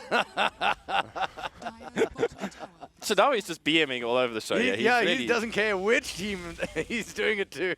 He's just having fun. He's got a fat smile on his face, as Tiny always does. And it must be said that Santo, I think, is probably my player of the series so far. This man has done incredible work on every hero that he's played. And his Bane here has been absolutely outstanding. Time and time again, just catching people with the sleep, allowing that setup, and just housing WRG, housing XTC at the moment. I feel like XTC are actually almost clueless as what to do. Running in one by one, feeding them kills, you know, they at least finally have some ultimates up. Lich still has no chain frost. They at least have the pirate boat, which is some damage negation. But I mean, the amount of burst coming inside of WRG from Tiny, Bane, and Potem alone, before you even add a Morphling and Slock, is truly disgusting. I was about to say, it's like Morphling's not even playing in the same game. He hasn't really been involved at all. He's about to get killed, I feel. I think he's just looking for something to farm. In comes Santo. Wait, there's the toss. Where's the sleep? No, nice counter stun there onto the Beastmaster who threw out his shout. And now Whelp, who's going to walk away with not one, but 2 kills. Making me eat my words, baby. That's the way you play him. Yeah, he found something to farm. It was called the Beastmaster and a Lich. And a Lich. I think it's fairly safe to say WRG wanted to put on a show for this third game. 15-2. Somebody summon the beasts, because there is nothing that XTC can do against this lead at 12 minutes in. Yeah, things are looking very dire here. When you're Santa, oh another dear. sleep coming out. Ooh, they may even manage to kill the rocket. They didn't even manage to stun Santa in return. Adastum explodes in a big hailfire, but there's a chain frost at last, bouncing once to a hero and the rest to creeps. Deppy's now on the charge. He's giving it a little bit of chase to Santa. Finally, they're going to scratch a few points up onto the board by the looks of things. Nope, Chadawi turns around, throws out a nice stun, disengages the fight. Deppy now doesn't have his ultimate available to him. He has to step carefully. Santa staying there. He's sticking around. He's saying, do whatever you like. I don't give a damn. I'm just here to have a little bit of fun. And oh dear, Deppy continuing the charge. I feel this is going to be bait. Yep, somebody is deeping in. It's none other than the bottom. And in comes the arrow. No, not quite on. And Santa's actually going to feed it away in the meantime. Skynet on the top lane is going to end up feeding away his life to Whelp yet again. Now that Schlinks in a spot of trouble. He's going to tank the full combination from Dota and Die. I mean, that's really good, actually, for the side of XTC. Yeah, but honestly, come on. They're just playing around now. Yeah, but, I mean, it may be that they're playing around, but there's still 1,300 XP and 1,200 gold in the way of XTC. And when you're that far behind, suddenly that goes from a 10,000 gap to a 7,000 gap. And you are suddenly looking in a slightly better place heading into the mid game. And also, additionally, this has allowed Adastam at least a little bit of time to get some farm. He's still heinously behind in terms of last hits, sitting at just 56 compared to, for instance, the 120 of Whelp. But, you know, in terms of net worth, he just needs to get some health and damage on the board. And that's exactly what he's doing, trying to go for a drum of endurance. I would actually maybe have preferred a Dragon Lance here, just gone for the Ogre Club, but I think he's just trying to get any sort of wealth that he can at the moment. Yep, absolutely. XTC now trying to make a counter push towards the bottom lane, trying to book themselves at least one objective here. As you can see, every single tower still standing for the side of WRG, and XTC simply answerless. They're missing 1, 2, 3, 4 of their towers. Out comes the sleep here to Dota and Die. It's exchanged onto Doom Bunny. And then onto the ball. Excellent work, but still stunned will be the Beast Master. Oh, in comes the Fiend's Grip, and I think that's a nice, easy little kill. Whelp is going to walk on in and help himself to that. On the sidelines, though, Chadawi actually managing to catch a kill onto Doom Bunny. Yeah, and Adastam still sticking around here. He's being awfully brave, but it looks like He is, but the rest of the side of WRG have disappeared to another corner of the map. It's just Whelp he's got to worry about for now as he TPs on out. They're looking for Deppy. They're hunting Deppy. They're going to find Deppy. Castaway is there. Deppy is dead, dead, dead. and so is Dota and Die. Chadawi just looking for one more hit, and that's going to be Chadawi picking up another kill. This is just so disastrous for XTC. They get kills here in the bottom lane, immediately smoke, run up because they know where Deppy is in the forest, get that kill as well. It's just clinical play coming out from WRG. Yep, WRG has been playing with their food. That's the impression we're getting here. I'm certainly getting it. It's as though, guys, we haven't actually been playing seriously this entire tournament. Let's show South Africa what we're made of. Let's show them what kind of titans they're dealing with. Let's crush our opponents on their final game, 23-5, with nary a tower standing. Basically, it's a walkover.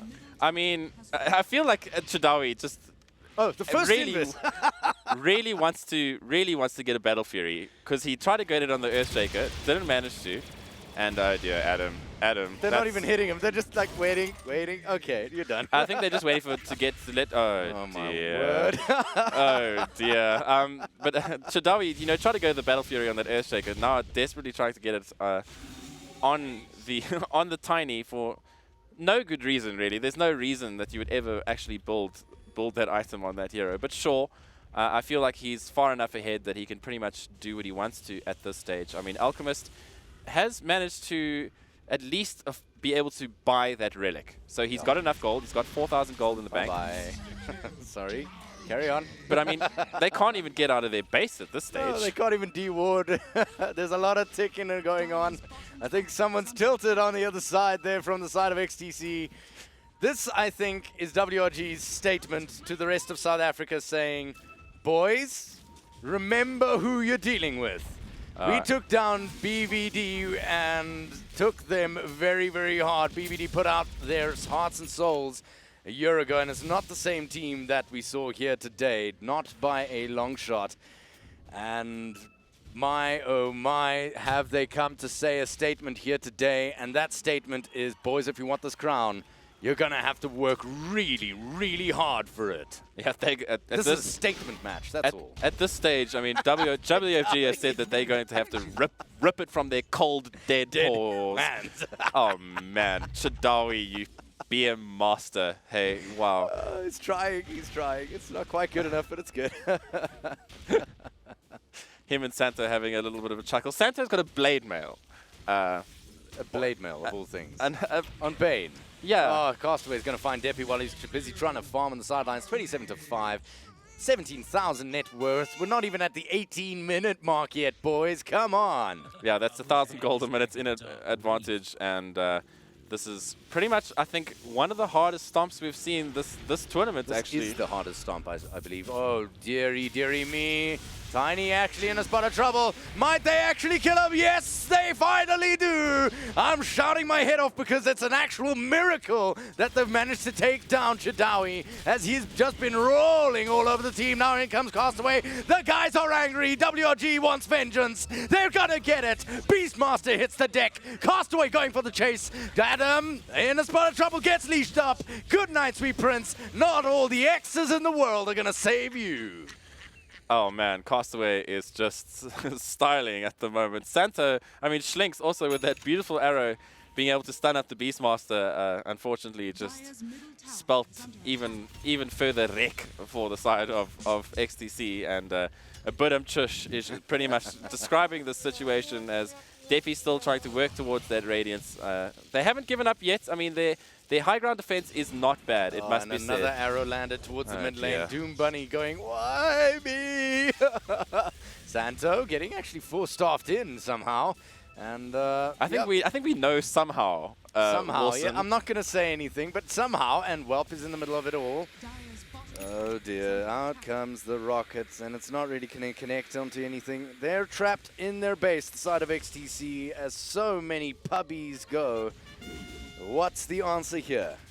Defend your high ground for the next 40 minutes, I think is the answer, Wilson. That's the only way that you... There's your sleep. Up, arrow, dear. and Whelp walks away with yet another kill. And Boat is entirely wasted as well. Santo now leading the charge onto the high ground, not even caring about the fact that the tower is actually pounding into him. No, he's so tanky. Oh, sorry. dear. Out comes the ulti from Adastum into the top lane. That's the call down. Well, going for the TP. Oh, and he manages. Wow, what a TP. But that rocket's still following him. It's going to follow him to the bottom lane, I think. Or did it actually hit him? It actually did hit him. Goodness me, you know, the split seconds we're talking. Out comes the Chain Frost. A very defensive one from Nobody. He's trying to do everything he can. Deppy getting strangled. Deppy goes down. Castaway now heading on out. Chadawi's actually going to hit the deck again. Officially, he's the feeder of WRG, but he will be joined, thanks to an excellent X marks the spot, by Schlinks. In the meantime, Whelp trying to waveform out. There's the rocket. Is it going to connect? Yes, this time it will. It's also followed up by an absolute slew of insults from the Beastmaster, which ends up stunning him as well. And this is a sad trombone coming out. And this is exactly what they need to do, XCC. You're so far behind. You need to defend your high ground, throw down the Chain Frost. You saw how much damage they can still do to WRG when they actually throw out their spells in the correct order. And it's pretty much, this is you waiting for WRG to make a mistake like that, to pick up some kills.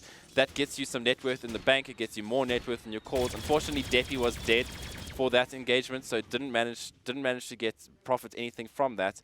But at the very least, that buys you more time in this game, because that's all you need at the moment, right? You need to be able to get this little So it's Santo. a three-man gank for a support on the top lane. He immediately goes for the... Oh, my word. They didn't bring detection. There's a Miran on their team, and they didn't bring detection. Slept will be gyrocopter. Lots of pings coming out. They're panicking. They're absolutely panicking. Deppy and Adam trading the sleep amongst each other. That's only buying time for Schlinks to come on in. They're just kind of staring at each other. What are they doing? They're just having fun. This game has gone absolutely clowny. And finally, they will go down.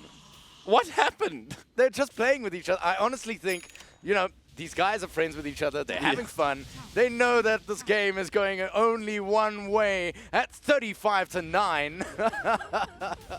So I think they decided, you know what, let's just have fun. Yeah, maybe just a little bit of bad manner coming off there between the two guys. Dodendai gonna get a good stun onto Chadawi. Chadawi seems to be the only one who actually goes down on a regular occasion, other than Doom Bunny, who's gonna get hit down. Skynet goes down, and Chadawi stands alive with 140 HP.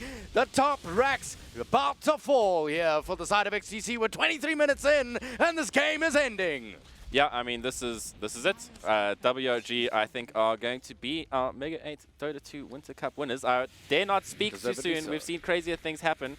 But at this moment, there's just there's so much bad manner happening here at the moment. Look at them, and Castaway just dropping his items on the floor. Oh, and Dodendai is coming in from the back. He maybe would have liked to deny an item or two, made Chadawi pay for his insolence. But not going to be the case. Castaway now towards the top lane, slowly getting cooked by Deppy, but that should be just about it. It's been an absolute slew of madness here at the Winter Cup Finals, the Grand Finals. Chadawi throws in a stun and says, I'm sorry, my friend, that's the best that I can do for you. And he's actually still going to get caught by Skynet's roar. Deppy now chasing on. Chadawi will go down, but in comes Castaway. He's going to start butchering the side of XTC. Now WG Whelp is going to go on ahead. Up. All right, after good old Castaway. Whelp. He's going to go looking for kills. What's he going to find? There it is. Doom Bunny. Shotgun down. Good night, sweet prince, and it's all done. Yeah, and that's going to be the second lane of racks going towards WRG. The Whelp having picked up the F-blade. WRG, now as the GG is called, have made a statement here today. On this final game, they showed the whole of South Africa what they've been telling us for so long.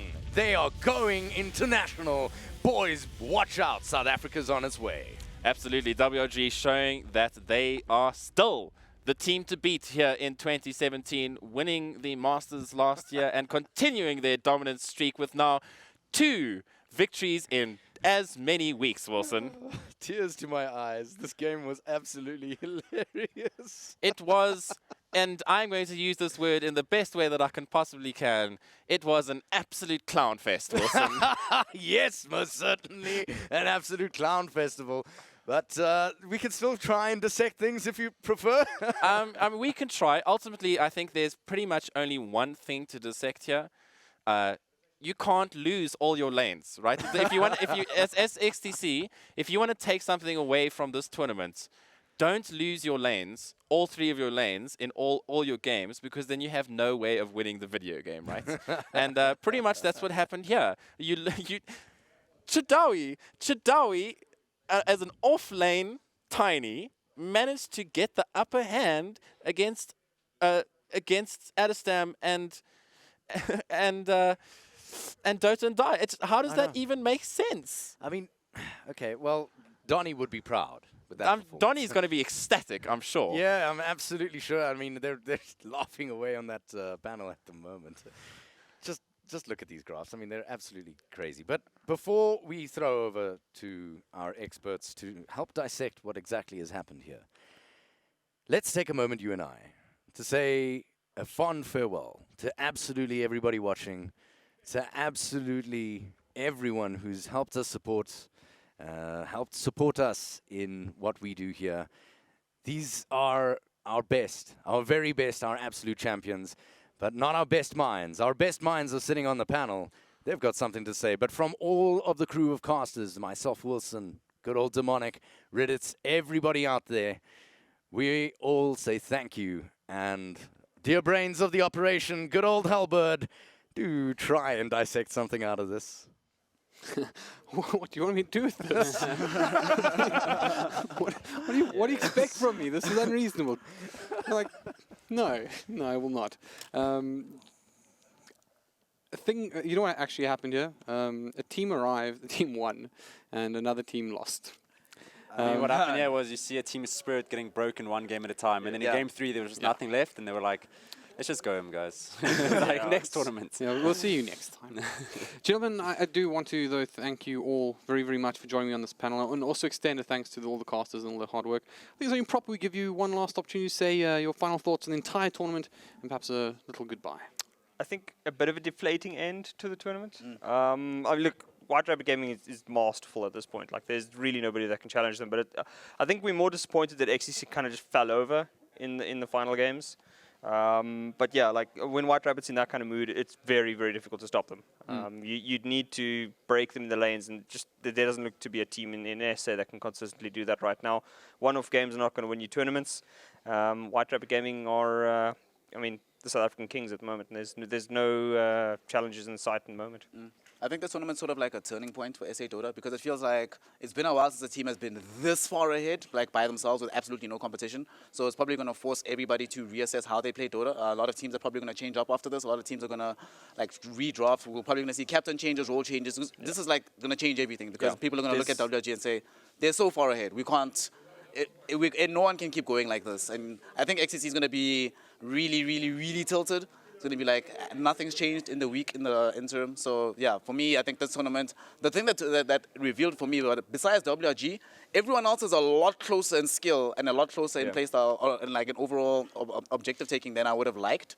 But still, after this, people are going to have to look at the champions and say, okay, guys, they're so much further ahead on us. We have to all change our style of plays to try and emulate them, to try and beat them. Because otherwise, I think it's either the entire scene changes to try and match up with WRG's skill, or they just stay like this for the next 2 years and like never lose anything. Yeah. You know, like you said, I mean, some great games this tournament. WRG games all a bit boring, mostly because they are, in my opinion, much further ahead individually and strategically as a team. I think after this tournament, you're going to see a lot of new, like maybe not necessarily right after this tournament, but in the, let's say, next 3 months, we're going to see some disbands and rebands of players maybe trying to dethrone WRG. Yeah, teams are going to be looking to upgrade after this kind of performance of White Rabbit Gaming, because I don't think there's any team that, like even EN in their best game wouldn't beat White Rabbit Gaming in that kind of mood today. Well, perhaps that is, you know, a sign of things to come. Perhaps you're right. Maybe this was the end of a bit of an era and perhaps the beginning of a new one. Although what we can say for certain is that White Rabbit Gaming will in fact be leading that era. So I guess on behalf of all of us here, I would like to congratulate WG on their successful victory here, once again proving that they are South Africa's best.